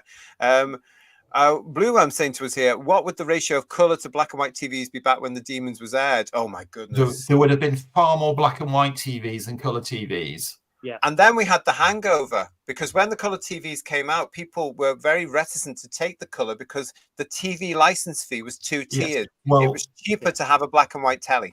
Yeah, a couple of things on this. When you had the Radio Times cast lists on screen at the start of the show, JT, did you notice at the top it said colour?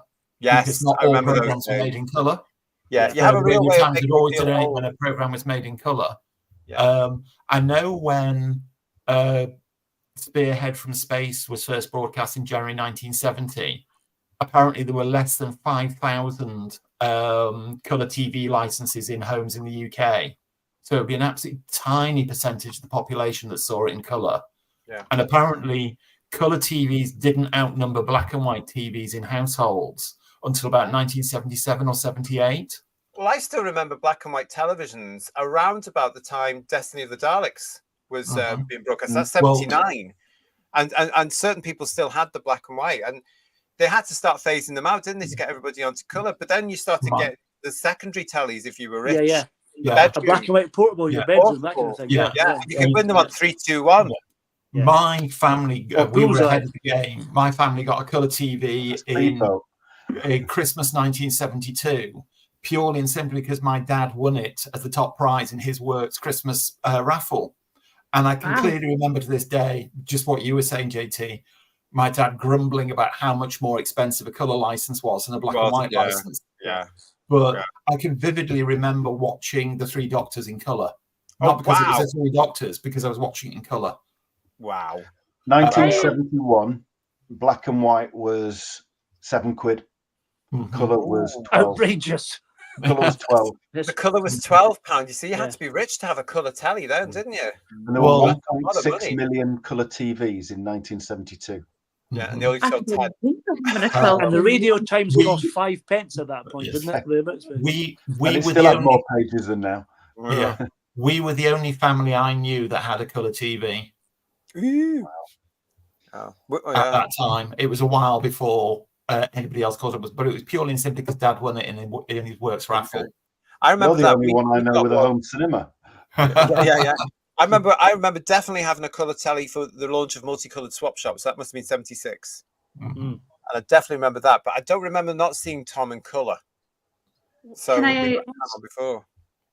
when was colour like fully in every household in the UK? Oh, not till the 80s. Yeah, not going into the 1980s. Yeah. Wow. Yeah. That's not moving. I thought automatically in the 70s that everything, when colour came in, everyone got colour. No. And UK as a nation was ahead of the game, because the reason those black and white copies of the Jon Pertwee episodes exist, as Ian said earlier, is because they were sold to countries where colour broadcasting was just completely unknown. Everything was black and white, so they didn't need a colour copy. Yeah. So this is why, again, I've often said Doctor Who is a history of BBC television or British television, because it went for so long, and it went from 63, obviously, with all this increasing technology, to the colour era, where it was all started to be filmed from Pertwee's first series guys in colour, but still people didn't see these things in colour for years and years and years, because it just shows you, doesn't it? I like this from Graham, who's saying, who else here always looks at the gargoyles on churches and thinks Bok? Oh yes, yeah, I will. Yeah. Can I say something though, that Bok's not a gargoyle? No, because he doesn't pour water. Exactly. So he's a grotesque. So that you heard it here first. Yeah, okay. Let's talk about that though, because how brilliant is he? I mean, he's kids superb. At the time must have loved this. I love isn't that just one of the most Doctor Who-y photos ever? I mean, isn't that just the epitome of what Doctor Who should be? Yes, absolutely. Yeah. Yeah. Stanley Mason should get real credit for this because his movement as Bok is superb. It's almost like at some point they've used stop motion animation, but they're not. It's just his body language, his movement superb. Especially that bit when the Master walks along in the cavern and he's following him like a dog. It's superb, really well done. Yeah, looking up at him and everything. Yeah, really superb. Yeah. But I mean, this is something again at the time. It's incredibly Doctor Who-y. And repeated by a certain Mr. Moffat many years later, in my opinion. Oh, controversial. And then Jon Pertwee kept the plaster model of Bok as a souvenir and had in his garden for many years. I just love it. I mean, as I say, I think the kids must have been absolutely horrified by this thing. Yeah. Well, you know, a statue coming to life. As a youngster, this wouldn't have been normal. You know, you wouldn't have seen this before. And it's just, I mean, look at this. This was the picture, guys, that got me. This is from the Monster book. Yeah. Superb. And this is one that this scared me as a little boy because I couldn't quite understand, Emilio and Kirsty, what this was because I hadn't seen this story, of course. These were all black and white pictures at the time. It had wings. And it was my dad that said, "Oh, that's a stone statue," therefore giving me nightmares for about 3 years after that. As I said, 6-year-old me watching this on black and white, it absolutely terrified me. Yeah, black and white, Emilio. There you go. I like that scene in the Barrow where the doctor's got the trowel and warding Bok off, and but just before Bok goes, he turns and tries to have another go. Yeah, that's brilliant. But then bottles it. It's just like, you know, they could have just had it turning around and going, but it's almost like Bok is really wanting to carry out the Master's will, you know, and kill the Doctor, but it just can't do it. But it tries again before it's scalped. I love that shot when he comes up over the hill before he goes into the tent, and you just see him popping up. That is brilliantly done. So I love that bit. Yeah. And also the sound that was it Brian Hodgson or Dick Mills on this one created for Bok. It was Dick Mills, wasn't it? Was it Dick Mills? But the sound created for the all the hisses and growls and all that sort of thing, which have been augmented. They're not just coming through a mic. I think really add to it as well. And the sound of the flapping wings as he disappears and all that. Oh, that's horrible. Lovely. And to this day, I don't actually quite like that. To this day, at the age I'm at now, there's something about that sound. It's just not right. No, I don't like it. But thanks for scaring me there. I didn't necessarily get the kind of horror aspect from the gargoyles. I think that I found the tongue being out kind of took me away from it. It looked a little bit, personally, it looked a little bit kind of just a little bit too funny. Like if it had more of like a serious. He does look. He's got a wee cigar in the corner of his mouth. I think maybe it's also the angle in which it's almost like like you say, slightly bent to the side. It doesn't really work on the horror aspect. It's still a beautiful design. The only thing that I think is inconsistent about Bok, actually, as this image demonstrates, is the way his eyes light up intermittently. You know, when it's the prop, they do, but when it's Stanley Mason, obviously they don't. Yeah. So, you know, either both should or both shouldn't. Maybe it was just when he was angry. I always thought it was because he was coming to life. Yeah. You see it in the Barrow when the policeman's there just having his packed lunch, don't you? You see in the background the red eyes. Is that Bok or Azal at that point? Is it Bok watching? I always actually good point. It could be Azal because he got squashed later, didn't he? Because that's really dark when you find them underneath the gate. That is incredible. Yeah, it really is. He's just been stepped on. That's brilliant. Yeah. Oh, you're watching Who's Views Reviews. It's the start of our Wholloween season. Nice to see you. Thanks for joining us. We are looking at the Daemons, depending where in the country you come from. Here tonight, Kirsty only saw this morning at 9:20 a.m. Emilio has seen it a couple of times, and the rest of us have seen it a few more times than that, to be quite honest. It's nice. I've lost count how many times I've watched this. Yeah. We're trying to explain and explore in our rambling why the Daemons is actually one of the most well, it's a fan favorite and has been for decades now with a certain age group as well. I'd like to know if you are of a new generation like these two are down here.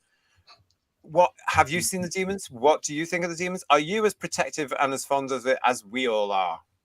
Very interested in that particular one because it's such a huge Doctor Who story for a certain age group of fans, as I say. I wonder if the new people coming to this, even those younger than Emilio and Kirsty, whether they get it or whether they get bored with this, thinking, "Oh, there's no drag queens in this. This isn't Doctor." Well, I say that, but I think more importantly than being a fan favourite, it was also an audience favourite as borne out by the figures. Yeah. I seem to remember, and I'd have to look this up, that we mentioned before when it was recolorized and broadcast on BBC Two in 1993. I seem to remember that got very good viewing figures as well. I can tell you here from my trusty Third Doctor handbook, it says here that episode 1 got 2.5. The highest rated episode was 3 million, so that's not bad at all. Yeah, that's not bad at all. That's about 15 years old, On BBC Two. What was the average viewing figure for the last run of episodes again? Yeah. Now, of course, you can see it, of course, on the iPlayer. Mm-hmm. I watched on iPlayer just to see if they cut anything. They haven't, as far as I can see. So, well, that's good to hear. That is good to hear. Richard Brooks saying to us, "The Daemons is quintessentially Doctor Who, even though it's an outlier. I love it." Oh, what's that mean? What do you mean by that? What outlier? Is it? I mean, we do love it, though, isn't it? I've never actually thought of it like that. It is quintessentially Doctor Who, though. It's certainly what the Third Doctor's era had become, especially when he was still stuck on Earth. It was that potentially all life on Earth threatening thing. And it wasn't as a result of an invasion or some huge super weapon by a massive superpower or a villain in a volcano. It was hidden under a church in an English village. It was something so small and innocuous, but was just potentially world-ending. And it was done so well and acted so convincingly that you just believed every damn word. It was fantastic. Nigel Neal must have hated this story. I bet he did. Yeah. As I said, the first time I watched episode 1, I was absolutely convinced it was real and it was playing out in real time and it was actually happening. That dig was being opened as we were all sat down watching on TV. Isn't that probably where they got that idea from Michael Parkinson? With I was going to say that. Yeah, the Ghost Watch with Sarah and Mike. Yeah, maybe. But that was very Doctor Who in itself. Yes. But to use the phrase that we both said just before the show started, this is peak Pertwee. It really is. Yeah, it really is. I like this from Lex, who's saying to us, the Bigfoot prints remind me of the first Jurassic Park movie. Now, I'm glad you said that, because when I saw Jurassic Park back in the 90s, what was it, 93 or something came out, that first one, we went to the pictures to see this. And of course, that blew us all away. All I could think of was Doctor Who, thinking, my God, when the show comes back, we can have dinosaurs like this in Doctor Who. And I was the same. Those big prints, I thought, they've watched the Daemons. It really sets up the tension and the scare factor for us all turning up. It's really scary, But it's also done really, really well as a visual effect. You're seeing it from the perspective of the helicopter, and you see the helicopter's frame as it's moving across. It's either that or there's giant cows, a bit like the giant rat. We've got this one from Stephen Braddock saying, even now, if you say to people of a certain age, the one with the devil in the church, they know the one you're talking about. They do. They absolutely do. And it's one of those things like the maggots. Because you get the knotweeds saying to us guys, remember the maggots, and Emilio, I know what you were saying about Bok. I understand what you're saying about there, but he's right. It's either about the church getting blown up, which caused an uproar, believe it or not. The BBC got complaints. Dear BBC, how dare you? Is that a real story or is that a myth? Apparently so. Yes, they did. Apparently, there are letters from outraged of Hemel Hempstead in the BBC archive,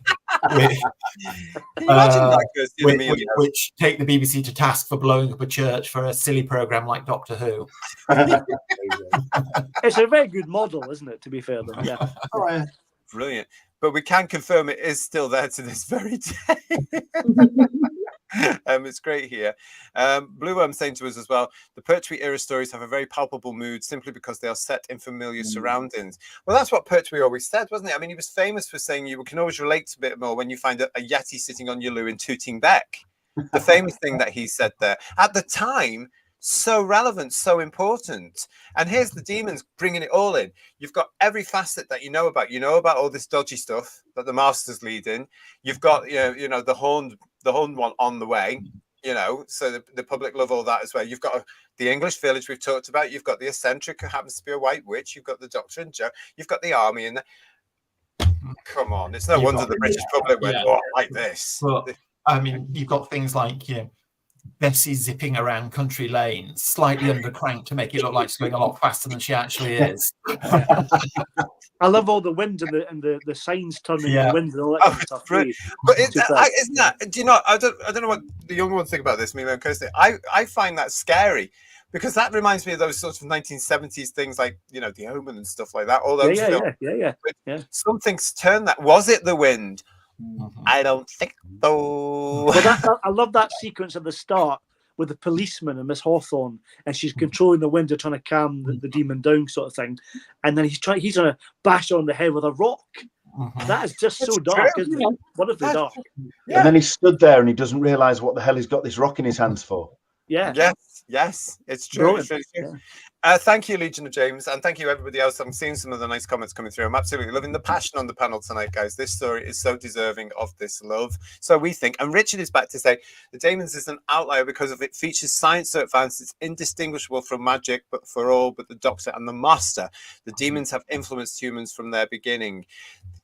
Yeah, that was the big thing about that, wasn't it? When he eventually comes along, I mean, that must have been a bit of a shocker at the time as well. I remember I think, because at the time I watched this on that grainy black and white thing, I thought, hang on a minute, how? What? Wow, that was like a slap in the face there. But we've had that since, and everything else since then, haven't we? Really, everything else has gone. Ooh, look at that! Oh, please. There's one moment to explore it further as if they did a kind of follow up to the story, to kind of go back in time and see or get a glimpse into how they were kind of influencing humanity in the past. I think it would be a very, very interesting story to do. But as you say, in the modern time, they've viewed that kind of trope too much now. But unfortunately. But I think it would be an interest. I would definitely want to watch that kind of story. Yeah, we have to say as well that, bearing in mind this is 1970 for 71, they were quite brave to do this sort of story, especially on a Saturday afternoon tea time, for the very reason of who's in this and which character is in this. And we've got it here. Lex Kane saying to us here, Azal looks a bit like Mr. Tumnus from Narnia. I have no idea what you mean. It's a great makeup. I love the points where Stephen Thorne has trouble with his teeth at certain points. So that's quite interesting. He used to tell God love him. I mean, let's have a look at this. Let's zoom in on this. Look at this. Amazing. He used to tell stories about this and how it was quite itchy for him, wasn't it, as well? He wasn't comfortable in it at all. But here we have a close-up of BBC techniques at the time. Today it's fairly primitive, of course, because this is just all this sort of clay type stuff stuck on the artists, all this latex and stuff like that. But I still think it looks really good. I love the fact he's got odd bod's ears from Carry On Screaming, though. But bear in mind that the quality of the picture that people would have seen it at the time. Yes, that would have more than passed muster. And of course, it was made to be seen once, and that was it, never again. Yes. And we never really got that close because of the red lighting and stuff. Remember? So we didn't get that, because that's a really good picture. Another one of those half masks, half face though, that really animates it more. Yes, that they did a lot through that era.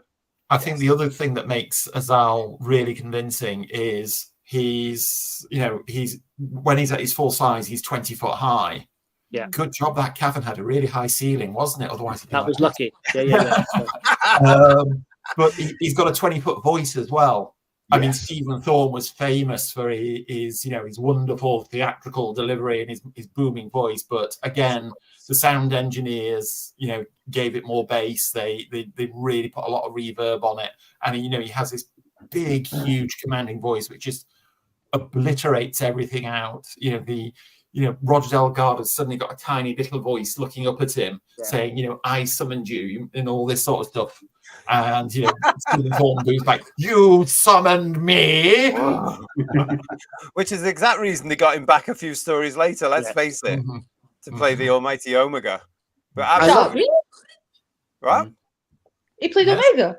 Yeah, he played Omega, yeah. And he was also the male version of Eldrad in The Hand of Fear. Yeah. Actually, there's no mistaking that voice, Kirsty, when you see him or hear him. Yeah. Sorry, Emilio. Like I know now you've mentioned that he played. He was also the voicing Omega. I can definitely tell that now you said it. I realized. Yeah, no, definitely I can hear. I can hear it. Love it. One of my favorite Delgado moments is that bit when he confronts Azal and the cliffhanger nearly destroys him. But he's absolutely petrified of Azal. Then he comes out of the cavern and does this incredible laugh that he survived, but he really enjoyed it. You know what I mean? It's a great moment when he kind of looks at the camera and he's laughing. It's superb, don't you think? Yeah, absolutely brilliant. He was a character, Mr. Thorne, as well. And we've got Pete Harrington saying to us here, he's a lovely guy. I met him years ago. Just his voice made me smile and scared. He knew the power of that voice when he was at the conventions and stuff as well. He knew what he had to. And I love the way he'd memorized the lines. He could just come out and just go booming, something like that. And we'd all just go, yeah, as fans do. Like, absolutely wonderful. Bless him. God love it. I mean, a lot of them are not with us now, which is so sad. But there they are. When you watch these stories, there they are.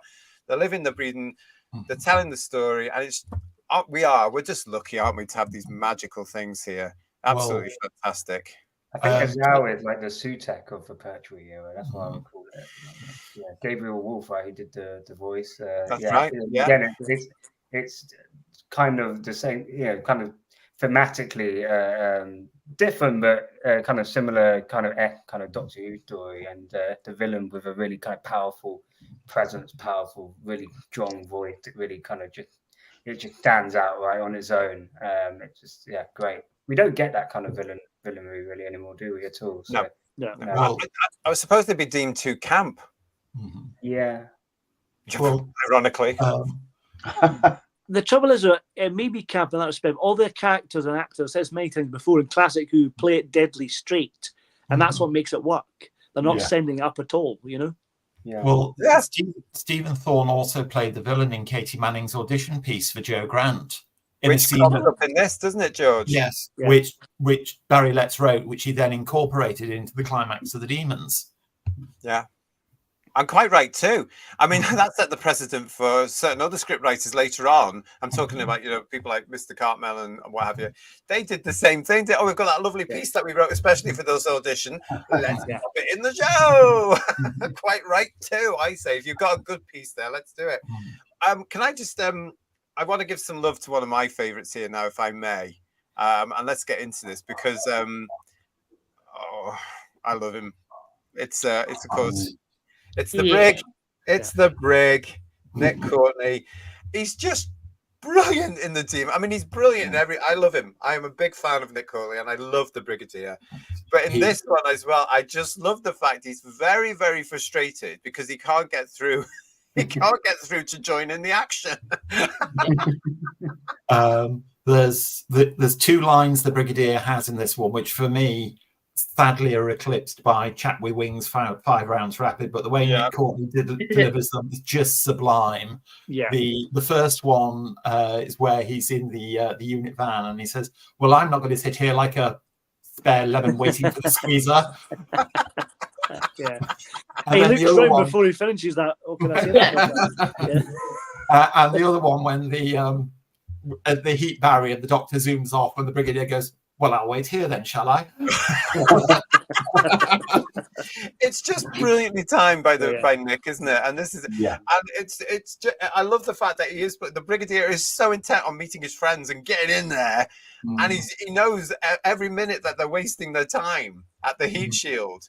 That picture you had of the heat shield bit, JT, I love that video. Is that Devil's End over there? And it catches on fire. That's brilliant. That's great moment. Yeah. But I just love the way that every minute goes by, he knows he's missing out on all this action. There's something going on in there, and he's not a part of it. It's like he's saying, "Why aren't I in the script?" He's got a great relationship with Osgood as well. They work really well together. Yeah. Can you mention that name again for some people that haven't made the connection there? Osgood. Yeah. Yes. Which gave speculation many years later, of course, but it's never been confirmed or denied. But there you go. Yeah. Going back to the popularity of this story, another measure of it could be, I seem to remember Nick Courtney saying that one of the stories that he made the most in royalties from over the years, from all his Doctor Who appearances, was the Demons. Demons. So that means it must have enjoyed a very successful afterlife if all the actors found it was, bumping up their pensions nicely. Yeah. but thanks to the popularity of this, we've still got conventions going on there now. With different people going there. I mean, I think it's very odd. No disrespect. I never mean disrespect, but I do think it's very odd to see somebody like Janet Fielding and Sarah Sutton walking around this location. I think it's one of those things. It's weird. It's just weird. It's like, hang on a minute, that's not quite right. Do you know what I mean? Yes. Yeah. Well, the photo you had on screen earlier, JT, of the pub as it is today, with the Dalek outside it. The Dalek, they've got a Dalek. I thought, that's not right. The Dalek shouldn't be there. I thought a similar thing when John had one there once, when Pertwee was back then, they had the Dalek with him, and he's leaning on it as he used to do, and going, I'm thinking, no, that's wrong. That shouldn't be there. I have to say a big shout out for Keith Barnfather's Return to Devil's End. It's a great little video to catch if you've not seen it. If you haven't seen it, it's magical. Yeah, it's just brilliant, wasn't it? But that was one of the things that helped, because Aldbourne, if you don't know, outside the UK, it's a Doctor Who tourist destination, and I know a lot of you come into the UK to go there. It's brilliant, and the locals, are so used to it now. They're very nice down there. They are lovely people down there. The Brig, says Stephen Braddock, sometimes Sergeant, sometimes I wish I worked in a bank. I'd love to see that too. Pertwee's got a great the mind of an accountant brigadier when the helicopter explodes. That's brilliant. Yeah. That was the spin-off we never got. Komodo was saying the Brig is one of those perfect characters. Totally. There is a lot of love here for Nick. And of course, the Brigadier. Another classic line. My helicopter. The Brig is wonderful, says Richard. Absolutely. That poor field engineer, says Mike Disney. Yeah. Peter Harrington is saying Kate Stewart. Sorry, not even close. Who? Not quite sure about that. No. Who's that? No. We've got here the Brig's character never falters, says Legion of James. Courtney's line delivery in every story is comic genius. And you know what? Nick knew it. He's so good. He knew what he was doing, didn't he? And Pertwee knew what he was doing, and that's what creates the magic of this era. It's all there. And there we go again. Thank you again, Lex, for your super chat. The stuntman who fights Benton was in Star Wars in Indiana Jones as a stunt coordinator. Okay. Yeah, Peter Diamond. Yeah. Peter Diamond. They went on to some great stuff, and they learned it all through Havoc. Literally. Well, he did stunts in the 60s as well. Obviously, he played parts like Delios and the character who played in the Space Museum, but he did lots of stunts in the 60s too, didn't he? Yeah. They were great, talented guys. I mean, you don't get stunts like that anymore now because some of it's all CGI people, isn't it, Amelia and Kirsty? You get all these CGI characters flying all over the place now. In our day, it was actual men that they used to put in a great big catapult and go twang, and they go, it was great, big explosions behind them. Happy. I think it makes for better TV, better films. I know, like for example, with like Lord of the Rings, all of the pathetic work that they did, all the action sequences, a lot of it was not relying too heavily on CGI, and that made the film what it is and such a remarkable film. And I think the more CGI character can use AI and whatever to learn movement, but it's just not. It doesn't look the same. It doesn't feel real. I think our eyes are attuned to what is being made, let's say, in person or pathetic versus CGI. Yeah. Blame George Lucas for that, allegedly. Yeah. Yeah. Well, I blame him for putting Star Wars to Disney. Yeah. Oh, controversial. Darren's with us saying, stopped overnight in Aldburn a couple of times. Has anyone taken the walk from the village green to the burial mounds of Devil's Hump? I know that one of the times I went there, I've only been a couple of times, but yeah, we did that one. Yeah, it's not as far as I assumed it was going to be quite honest. So it's quite a nice part. But I think if you're going to do this, if you're going to go on a Doctor Who pilgrimage, as many of us do, you have to put in as much as you can, and you do have to stop at the pub, and you do have to have a bite to eat, and you just, because it's just a lovely place to go, and you can do that. I mean, Ian, let's get to you now, because you went there, didn't you? When was this? 1999. Oh, I'd been down with a friend to Devon to watch the eclipse. In 1999, there was a total eclipse, but it covered the UK, but only in the very south corner, southwest corner. So went down for that, and on the way back we just detoured. So it wasn't really planned as such, but we detoured. So I think we were going to pass it by about 20 miles, and there was no way on God's earth I could do that. No. It's like, no, gotta go. Yeah, so it's a Doctor Who mecca, really, isn't it? God, yeah, absolutely. And when you walk, we parked up behind some of the houses off the village green and everything, so you didn't automatically see the green. You parked up and you walk around and you see it with the church at the end, and it takes your breath away, because it's pretty anyway. And it is, I know you always get this word in relation to anything Doctor Who, don't you? Quintessential, like nowadays it's quintessentially crap. But then it was quintessentially Doctor Who and British and all this kind of thing.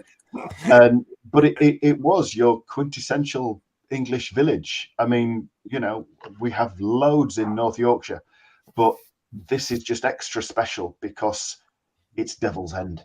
And you just see it in, my God. I know it's Devil's End. Listen, I want to say thank you to Ian, because he's also been into his his photographic albums from the old days, and he sent us some pictures. And we're going to start off where we left off with Ventino's here. Oh, says Kat. Yeah, there's baby third Doctor Ian, everybody. Way too much hair there. Ready to give us a sermon. No, we get enough of that today, don't we? Really. So you've given us some great pictures. A lot of people are aware of this one, and look who's missing from this. This is a great thing. A lot of Doctor Who fans take this picture. This, of course, is in the church. This is the vicars of this parish, going all the way back there, many hundreds of years. And there is a certain name that Doctor Who fans always go, it should be on there, and it is. It is. Look at the right hand sides. 1, 2, 3, 4 from the bottom. Oh, Mr. Magister, I stand corrected. I couldn't see it. I've got to be honest, JT. I sent you 2 of those. That's the one I edited. Oh, I see. You'll notice as well the one before, I gave him the surname Smallwood because that's the name of the previous one that disappeared under mysterious circumstances. So that's me tampering. I do apologise. There you go. Well, very convincing. Thank you. Yeah. Well, there we go. That's funny. So let's have a look at this. I love this one as well. Oh, beautiful. Because that could have been taken right back then, couldn't it? Oh yeah. This is the beautiful thing about some of these lovely places that we've got. That's the door the Doctor ran through just in episode 5. Well, you've got a close up here, isn't it? Because you went and sat outside it, didn't you? There, look. There you are. And are you doing your best Bok impression there? Are you? Well, let's just match that up to the. Can you see that on the left? There we go. Can't get in, Doctor. Ian's in the way. He'd have gone right through me. He would have done, yeah. Let's have a look at this one from Ian's files as well. There we go. I love the way you go straight for a pint after that, did you? Pretty much, to be honest, yeah. Yes. I love the way that Aldburn, no matter when you went in the 80s, the 90s, if you go now, it always looks the same. It's immaculate. Yeah. They really look after the place. It's beautiful. And I would recommend you go and speak to the locals and go into the pub and get some lunch and a pint and what have you, stay over nearby or in the village, wherever, because it's just lovely. But I still can't get over it. It just looks the same wherever. We've got this one from Ian as well. Look at this. Oh, fantastic. And then let's match it up to that. Wow. My helicopter. Spot the difference. There's no helicopter. That's the difference, isn't it? Yeah. Nowadays, we'd all take action figures there as well, wouldn't we? And recreate this. Yeah. Well, it's a matter of timing, isn't it? You're going back again with your figures. I think I need to, yeah. Look at it. Isn't it fabulous? Beautiful. And Gorgeous let's place. just add something here. Amazing. You know, amazing. It's just, I love the place. I absolutely love it. And it's just, they are so aware of the history with it, and it's linked to Doctor Who, you know. And all those years when the show was off, because that's the couple of times I went, they were just so, hello. And that's the same now, because now we get these big things still going on now, as I say, with other cast members going along and having a convention there. Or a mini convention. I just think it's wonderful. Ian, thank you for those pictures. Dino, thank you for your pictures as well. I love it. Yeah, absolutely brilliant. Fantastic stuff. Gosh, it's just a shame it's so far away for a lot of us, isn't it? Really, it's all the way down in Wiltshire, which is in England somewhere. It's down there, that bit. I've got a couple of other pictures to show you as well. Rehearsal pictures, I believe. Oh. Yeah, from BBC Studios. Look at this. These are nice, lovely black and white ones, Emilio. John Levine. I'm a happy man. I'm a happy man. John Levine looking like he's having a great time there. Yes. He's getting ready for the take. And then there's this version of that as well. With horns. Yeah. Yes. Yeah. Look at those pickled eggs on the left there. I was going to say pickled egg. Yum, yum, yum, yum, yum. Straight from the BBC canteen. God, can you imagine? Another, we do have to talk about, it would not be a show without the Demons without acknowledging, we've said it before, we've got to say it again, one of the most iconic, well-loved lines in Doctor Who history. This was, I mean, who's going to say it? Chat with wings 5 rounds rapid. Which you can now get on mugs and t-shirts and everything. I mean, it was nearly cut as well, wasn't it? Yeah, I mean, but how genius is that line? And again, it's just so wonderful of the Brig. You know, oh, who's this now? Shoot it. Talking of classic lines, Pertwee does, of course, say reverse the polarity, but sadly, there's nothing about the neutron flow. It's just it's this bit, isn't it? Look at this, where he's doing all his maths on the windscreen. I love when he tries to explain to Osgood how it all works, and he's completely bamboozled by it. Superb. The Doctor, in a way, is an absolute git to Osgood, isn't he? Oh, God, yeah. When you think it's going to be ready, Christmas after next, probably. You know, he really grinds him into the ground. Yeah. In a funny way. I just love it all. I just look at the fact that the Doctor has that problem here. But, would you please listen? What? You know, he just forgets, doesn't he, that he's up there, we're down here, and then he's paired with the Brig. He doesn't care, and he comes along and goes, "Oh, come on, where are we now? Oh, I just love it when the Brig does get into the village. I'm here. And then this stone thing comes along, shoot it, and it's just like, come on, I'm here now. Where's the big adventure going on? Come on, it's just great. I'm sure the Doctor at that point is probably thinking, "Oh gosh, I wish Liz Shaw was there." He'd miss having somebody who's capable, at least semi-capable in his eyes. I think they'd probably see it like that, wouldn't they? Oh, should have probably put a seatbelt on in Bessie as well, and not got thrown out. Oh, here we go. We've got some great comments coming from it. Thank you, Stephen. From Peter saying, in today's era, it would be 5 rounds vapid. We don't get lines like this anymore. I mean, this is one of the.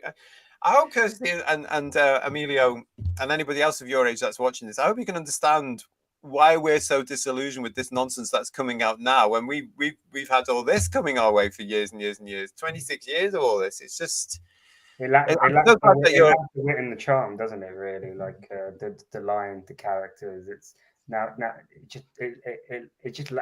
it it lacked that. It lacked the wit and charm. Probably the best way of describing it, to be honest. Yeah, I mean, it's when you look at these things like the Daemons, and we are going to be coming later on in this Wholloween season, Who viewers, to the brain of Morbius. It's those charm, it's that British charm, and I think that's gone. I think it's so sad. I think the Britishness has gone from the show today because they're so worried about an international audience, where all they were back in the day here is worried about who's going to be watching BBC One at 5 o'clock in the afternoon. But the thing that the current production teams seem to forget, maybe on purpose, I don't know, is that Doctor Who back in the day was an enormous international success. It was the BBC's single biggest export. And the reason why it was so big was because it was British, or one of the reasons. Bread and butter. Yeah. Mm-hmm. And it's like a lot of our Who viewers from outside the UK are always saying to us, you've got to retain the Britishness because that's what makes it Doctor Who. Mm-hmm. Even they get it. Our fellow fans across the world understand what attracted them to the show was something like the Daemons, that quintessential British eccentricity, if you like, which runs through it. And we've lost it now. And it's such a shame, I think. I think it's terrible. Lex Kane is asking, was the village used in any other TV shows? Yes, it was.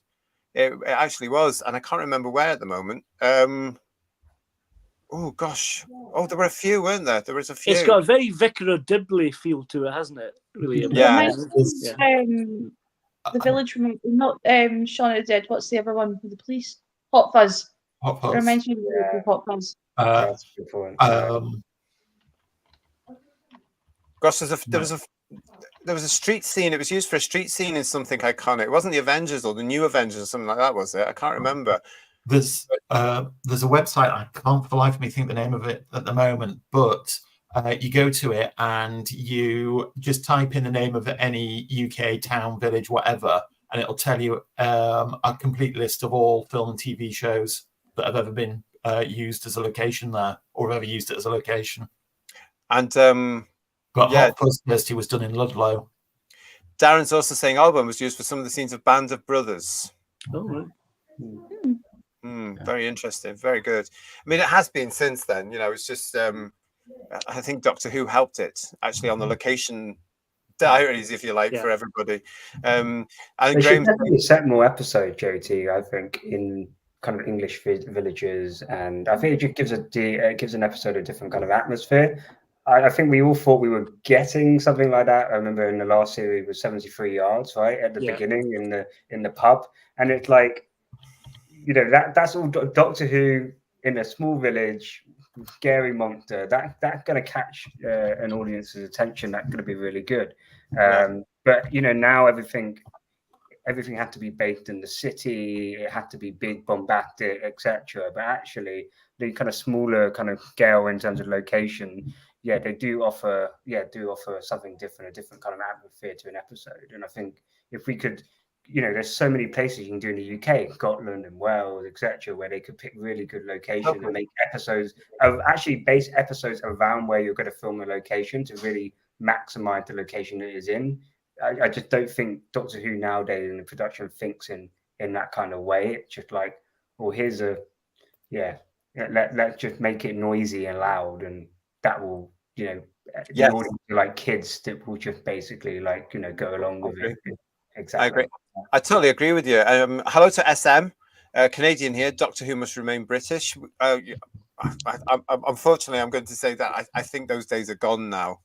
Yeah. Sadly, having looked at the stuff that's just been out this year as well, I couldn't see anything there at all. And when you compare it to something like the Daemons or any of this era that we're going to be talking about, I mean, that's where it is. It's absolutely fantastic. It's cemented in that from the characters almost. But as Emilio, as you're saying there, I don't think they're brave enough to do that now, because there's a bigger picture there, which is about trying to make the money, and it's trying to make it internationally famous.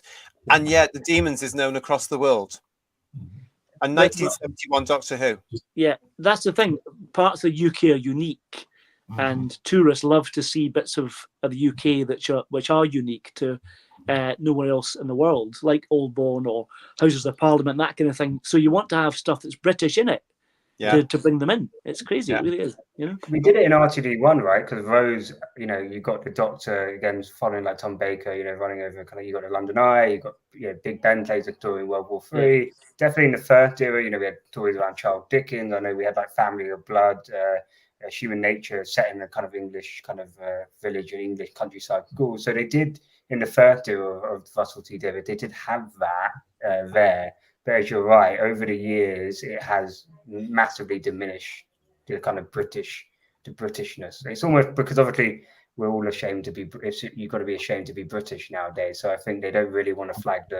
I agree with that. I think there's an element to that because, of course, it is the British Broadcasting Corporation apparently producing it all now, and there is this sort of backlash of being British here. So it's brilliant when you look at something like the Daemons and you can go along and say, this is when we actually knew who we were. We weren't worried about our identity, and nobody cared because they were just making good television for the BBC. This is a quality BBC drama. Yeah. Just very quickly, because I've just looked at my bookmarks. The website I was thinking of is called Real Streets, RWEL. Yeah, there you go. We are going to be asking that one. It'll tell you what everything that's been filmed in Holborn. We're going to be asking you very shortly, Who Views, for your scores on the TARDIS stores. Now, if you are new to the channel, welcome. Please don't forget to subscribe. If you have already subscribed, I'm going to say it again, please check to make sure that you are still subscribed, because there's definitely something amiss here, because we're still getting messages from people saying they've had to resubscribe and some of these, they've been unsubscribed. It's nothing to do with us, I can assure you. I can assure you. So make sure you're still subscribed to the channel and keep checking every now and then. Okay. But there we go. If you're new to us, though, we do this thing on each of our reviews where we look at scores on the TARDIS stores, which is when I ask yourselves and the panel here, the Whotastic panel, for your scores out of 10 for the story that we're reviewing. So yes, we are going to be looking at your scores on the TARDIS stores for the Demons. So you can start putting those into the chat now. But I hope we've done this justice. At this particular point, I want to say that I'm going to bring this up because I remember this, because when it was released on DVD, Ian Berriman, who was a writer working for the SFX magazine at the time, was very critical of the Demons and gave it 3.5 out of 5 stars. And basically, he derided it for being an awful mess with a plot that doesn't make a shred of sense. Although he did praise magnificent characters of Hawthorne, Horner, and Fergus. Also, in a book written by Paul Cannell, Martin Day, and Keith Topping, they were also unimpressed by the serial, noting the popularity of the show, but stating that the Demons isn't very good. Quote, its denouement is risible, and even though the much praised church explosion effect looks cheap. They did have a discontinuity guide, isn't it? Yes. They did actually say that they did, however, consider the final scene to be charming. So there you go. So I hope that we've gone some way tonight, all of us here, to actually showing that they're wrong. All of them. I get the feeling that was authors in the 1990s who wanted to take something and just say something for the sake of being controversial to try and get a name. Yeah. If that's genuinely what they think, then my opinion is they're idiots. Well, you're not alone, because Pete's saying the same thing, and so is Bill. Yeah. Bill is saying the same thing. We're starting to get the scores in now as well. Can I ask you something? One thing I do like about this story that always tickles me, was two things actually, is the great use of tinsel and Vaseline for the heat barrier. That is superb. Works really well. Wondered where that was going. I was tinsel, definitely. Yeah. I wouldn't want to lie in. The Stony ground again. Stony ground. Yeah. The pilot who's trying to test the barrier with bombs, I know he's no soap. Repeat, no soap. That makes me laugh every time. Oh, there is so much we could do to talk about this for the Demons. Obviously, here, I hope we've managed to talk about some of it. We've got great performances from Roger Delgado as the Master. Of course, Pertwee here is loving every minute of it. Comes out really well. We've got Katy Manning being fab and Nick being fab. Everybody in this is just the top of the game. They've seen this. I've said it before. They've seen this script. They've gone, we know how to do this, and they've had a ball, and that's why it's successful, I think. Let's run the titles and let's see what everybody thinks of this.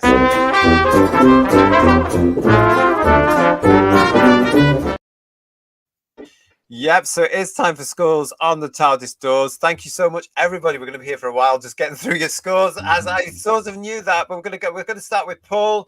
Your score on the TARDIS door for the Demons out of 10. Well, I have to give a bit of a preamble if I can. There are so many things I absolutely love. Delgado, one of his best performances, he's superb. Jon Pertwee is so cool on that motorbike, isn't he, Kirsty? I love Bok, Azal, Stephen Thorne's performance, the location, there's so many things I absolutely love. So this is a real popular favourite for me, and it's going to be another 10, I'm afraid. 10 out of 10. Right, I'm going to jump from Paul to Emilio. What's your score on the TARDIS door? I'm going to give it an 8 out of 10. I'm basing this score on my previous score that I've given for some previous classic Who episodes. I think the Doctor Who and the Silurians a 9 out of 10. So I think this is just slightly below that. And the reason why is I felt that episode had a bit more atmosphere, a bit more tension to it. And I felt that there probably was an opportunity. Maybe Barry Letts, you guys were saying they wanted to kind of maybe up the horror factor. I would have loved to have seen that version of the story. Not to say that there aren't lots of positives, as you say. The characterization are great. The location are great. I think Azal looks great as a kind of villain. The voice is amazing. And I actually do like the resolution to the story, and the fact that kind of Joe's kind of self-sacrifice is what destroys Azal. It's not done in a cheesy way like it would done, like, I don't know, like Closing Time, where like Thingy Bob Love saved the day. It's not like that. It's kind of real character, coming from the heart, and it has it played based on the theme that we're building up through the episode around magic and science, and then obviously Azal couldn't understand why somebody would self-sacrifice themselves. So the theme played out really well to that point. So overall, a very good episode of Doctor Who. If they upped the horror, I would probably be giving it a 9 or 10 out of 10. So you're giving it an 8 out of this, are you? Yeah, 8 out of 10. And I can't wait until you join us to look at some of Philip Hinchcliffe's stories. I do like it. Yeah, Dr. Ian, what are you giving the Demons? Like my great compadre Paul, a little preamble. Nobody has mentioned, so I'm going to. Another fantastic side character, Squire Montmorency Vere de Vere Winstanley III. Who met an untimely demise to the hands of Bok when he chose to cross the master, and he's never seen but referred to in the book Dog He Award. I thought he was great. Very fleshed out. It's the wig, isn't it? Yeah. Very fleshed out in the book. And the only other thing that would make this story more perfect was if, like Spearhead, it was 100% on film. That is the only thing that would make this beyond perfection. But it is peak Pertwee, absolute peak Pertwee. In my opinion, it's only bettered by one other Pertwee, but I'm still going to give it 20. And if you say I can't, JT, you've got to come down on a train and slap me. Oh, what a cheat! Right, okay, so we're gonna now go to Kirsty, the lady of the chat. What are you giving the Daemons?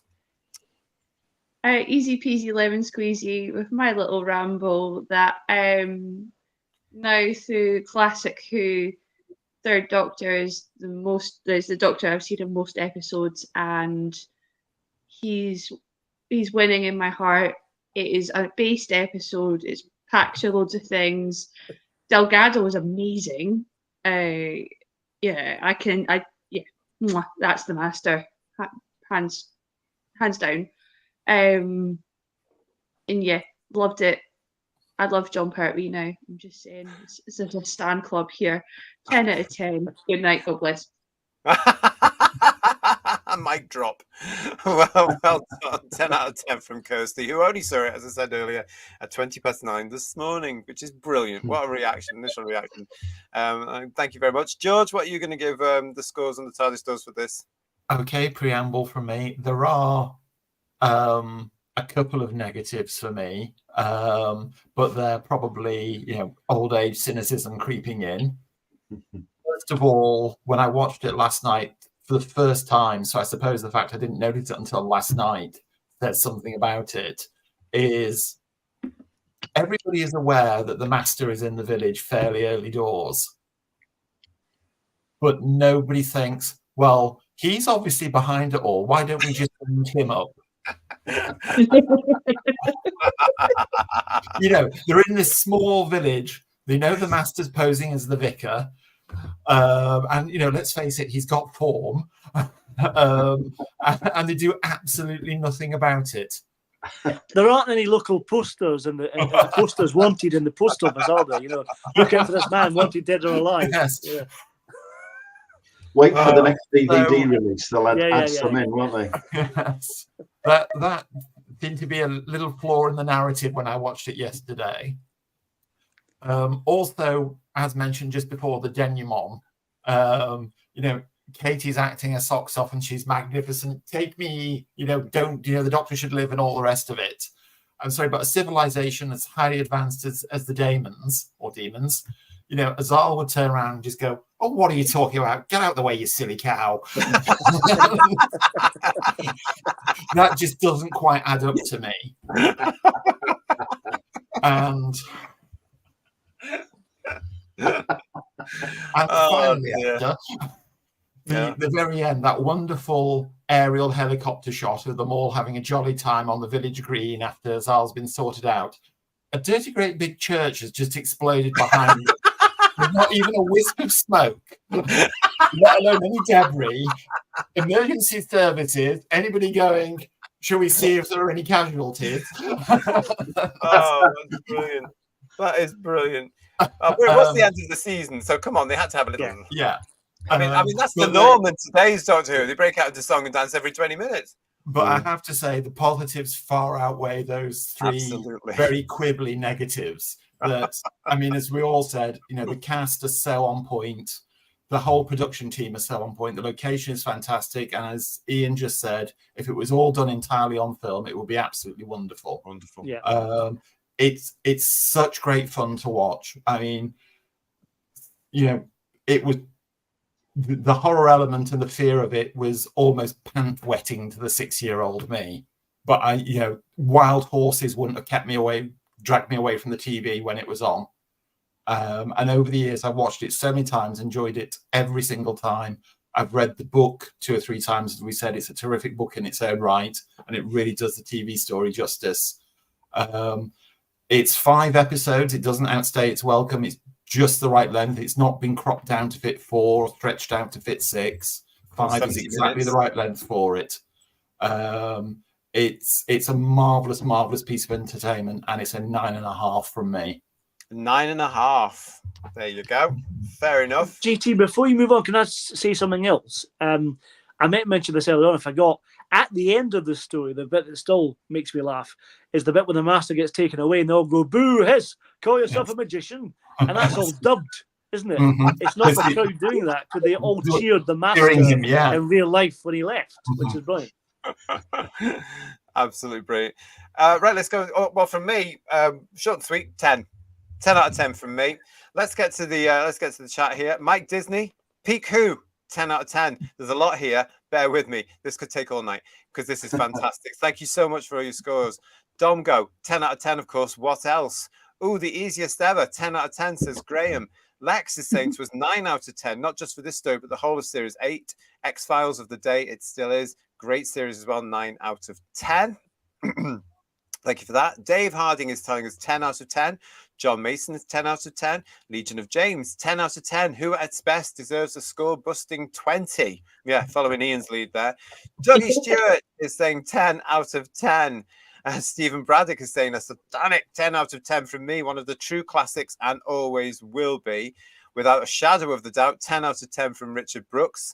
Blue Worm is firing on all cylinders with 10 out of 10. And John is giving it 10 as well. It was and is superb. Noel Thrussell is with us, giving it a 10 out of 10 as well. This is incredible. BBC Studios, Bad Wolf, Disney, RTD and your team. Are you watching us? I do hope you are.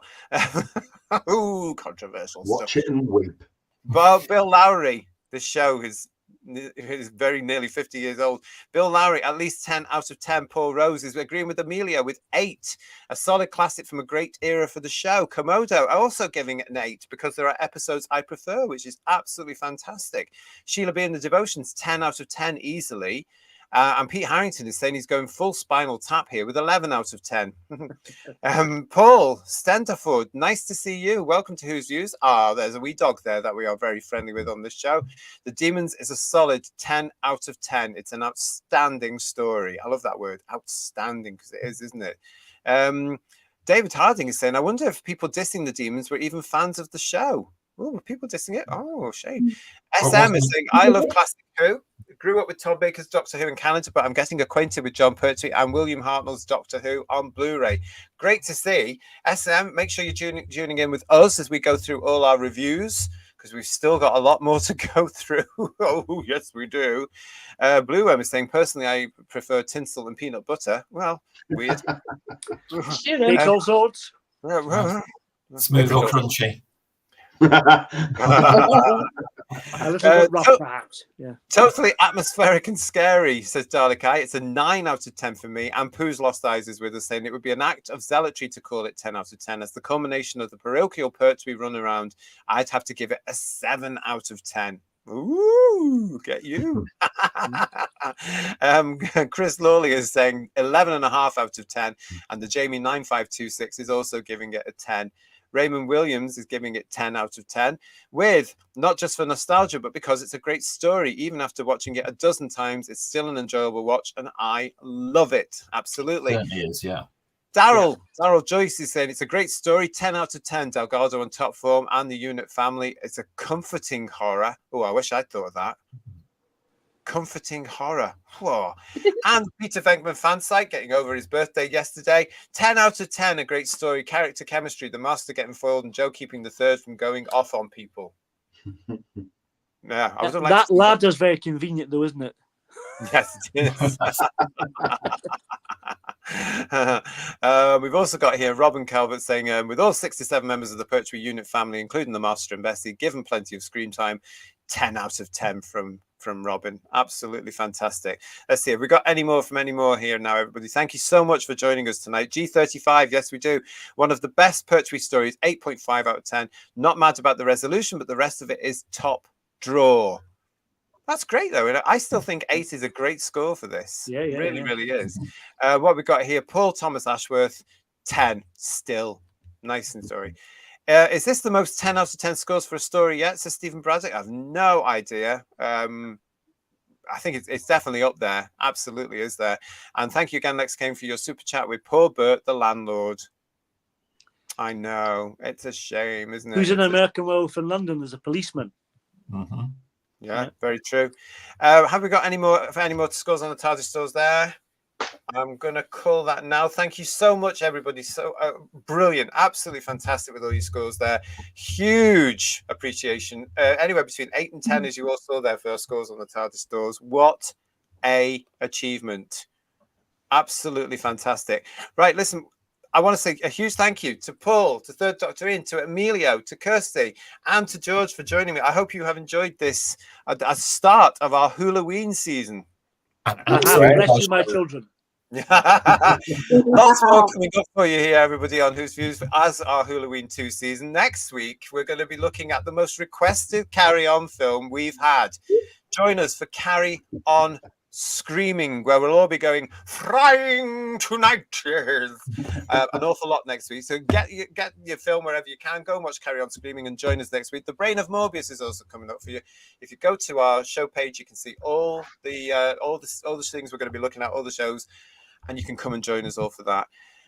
Until we see you again on Who's Views, which will be very soon, I am sure. Take care of yourselves. Thank you to the panel. Thank you, everybody, for watching. Don't forget to like and subscribe. Do all the things you know you need to do. And we'll be back with you very shortly. Need a cup of tea now. See you soon, everybody. Good night. Bye-bye. Bye.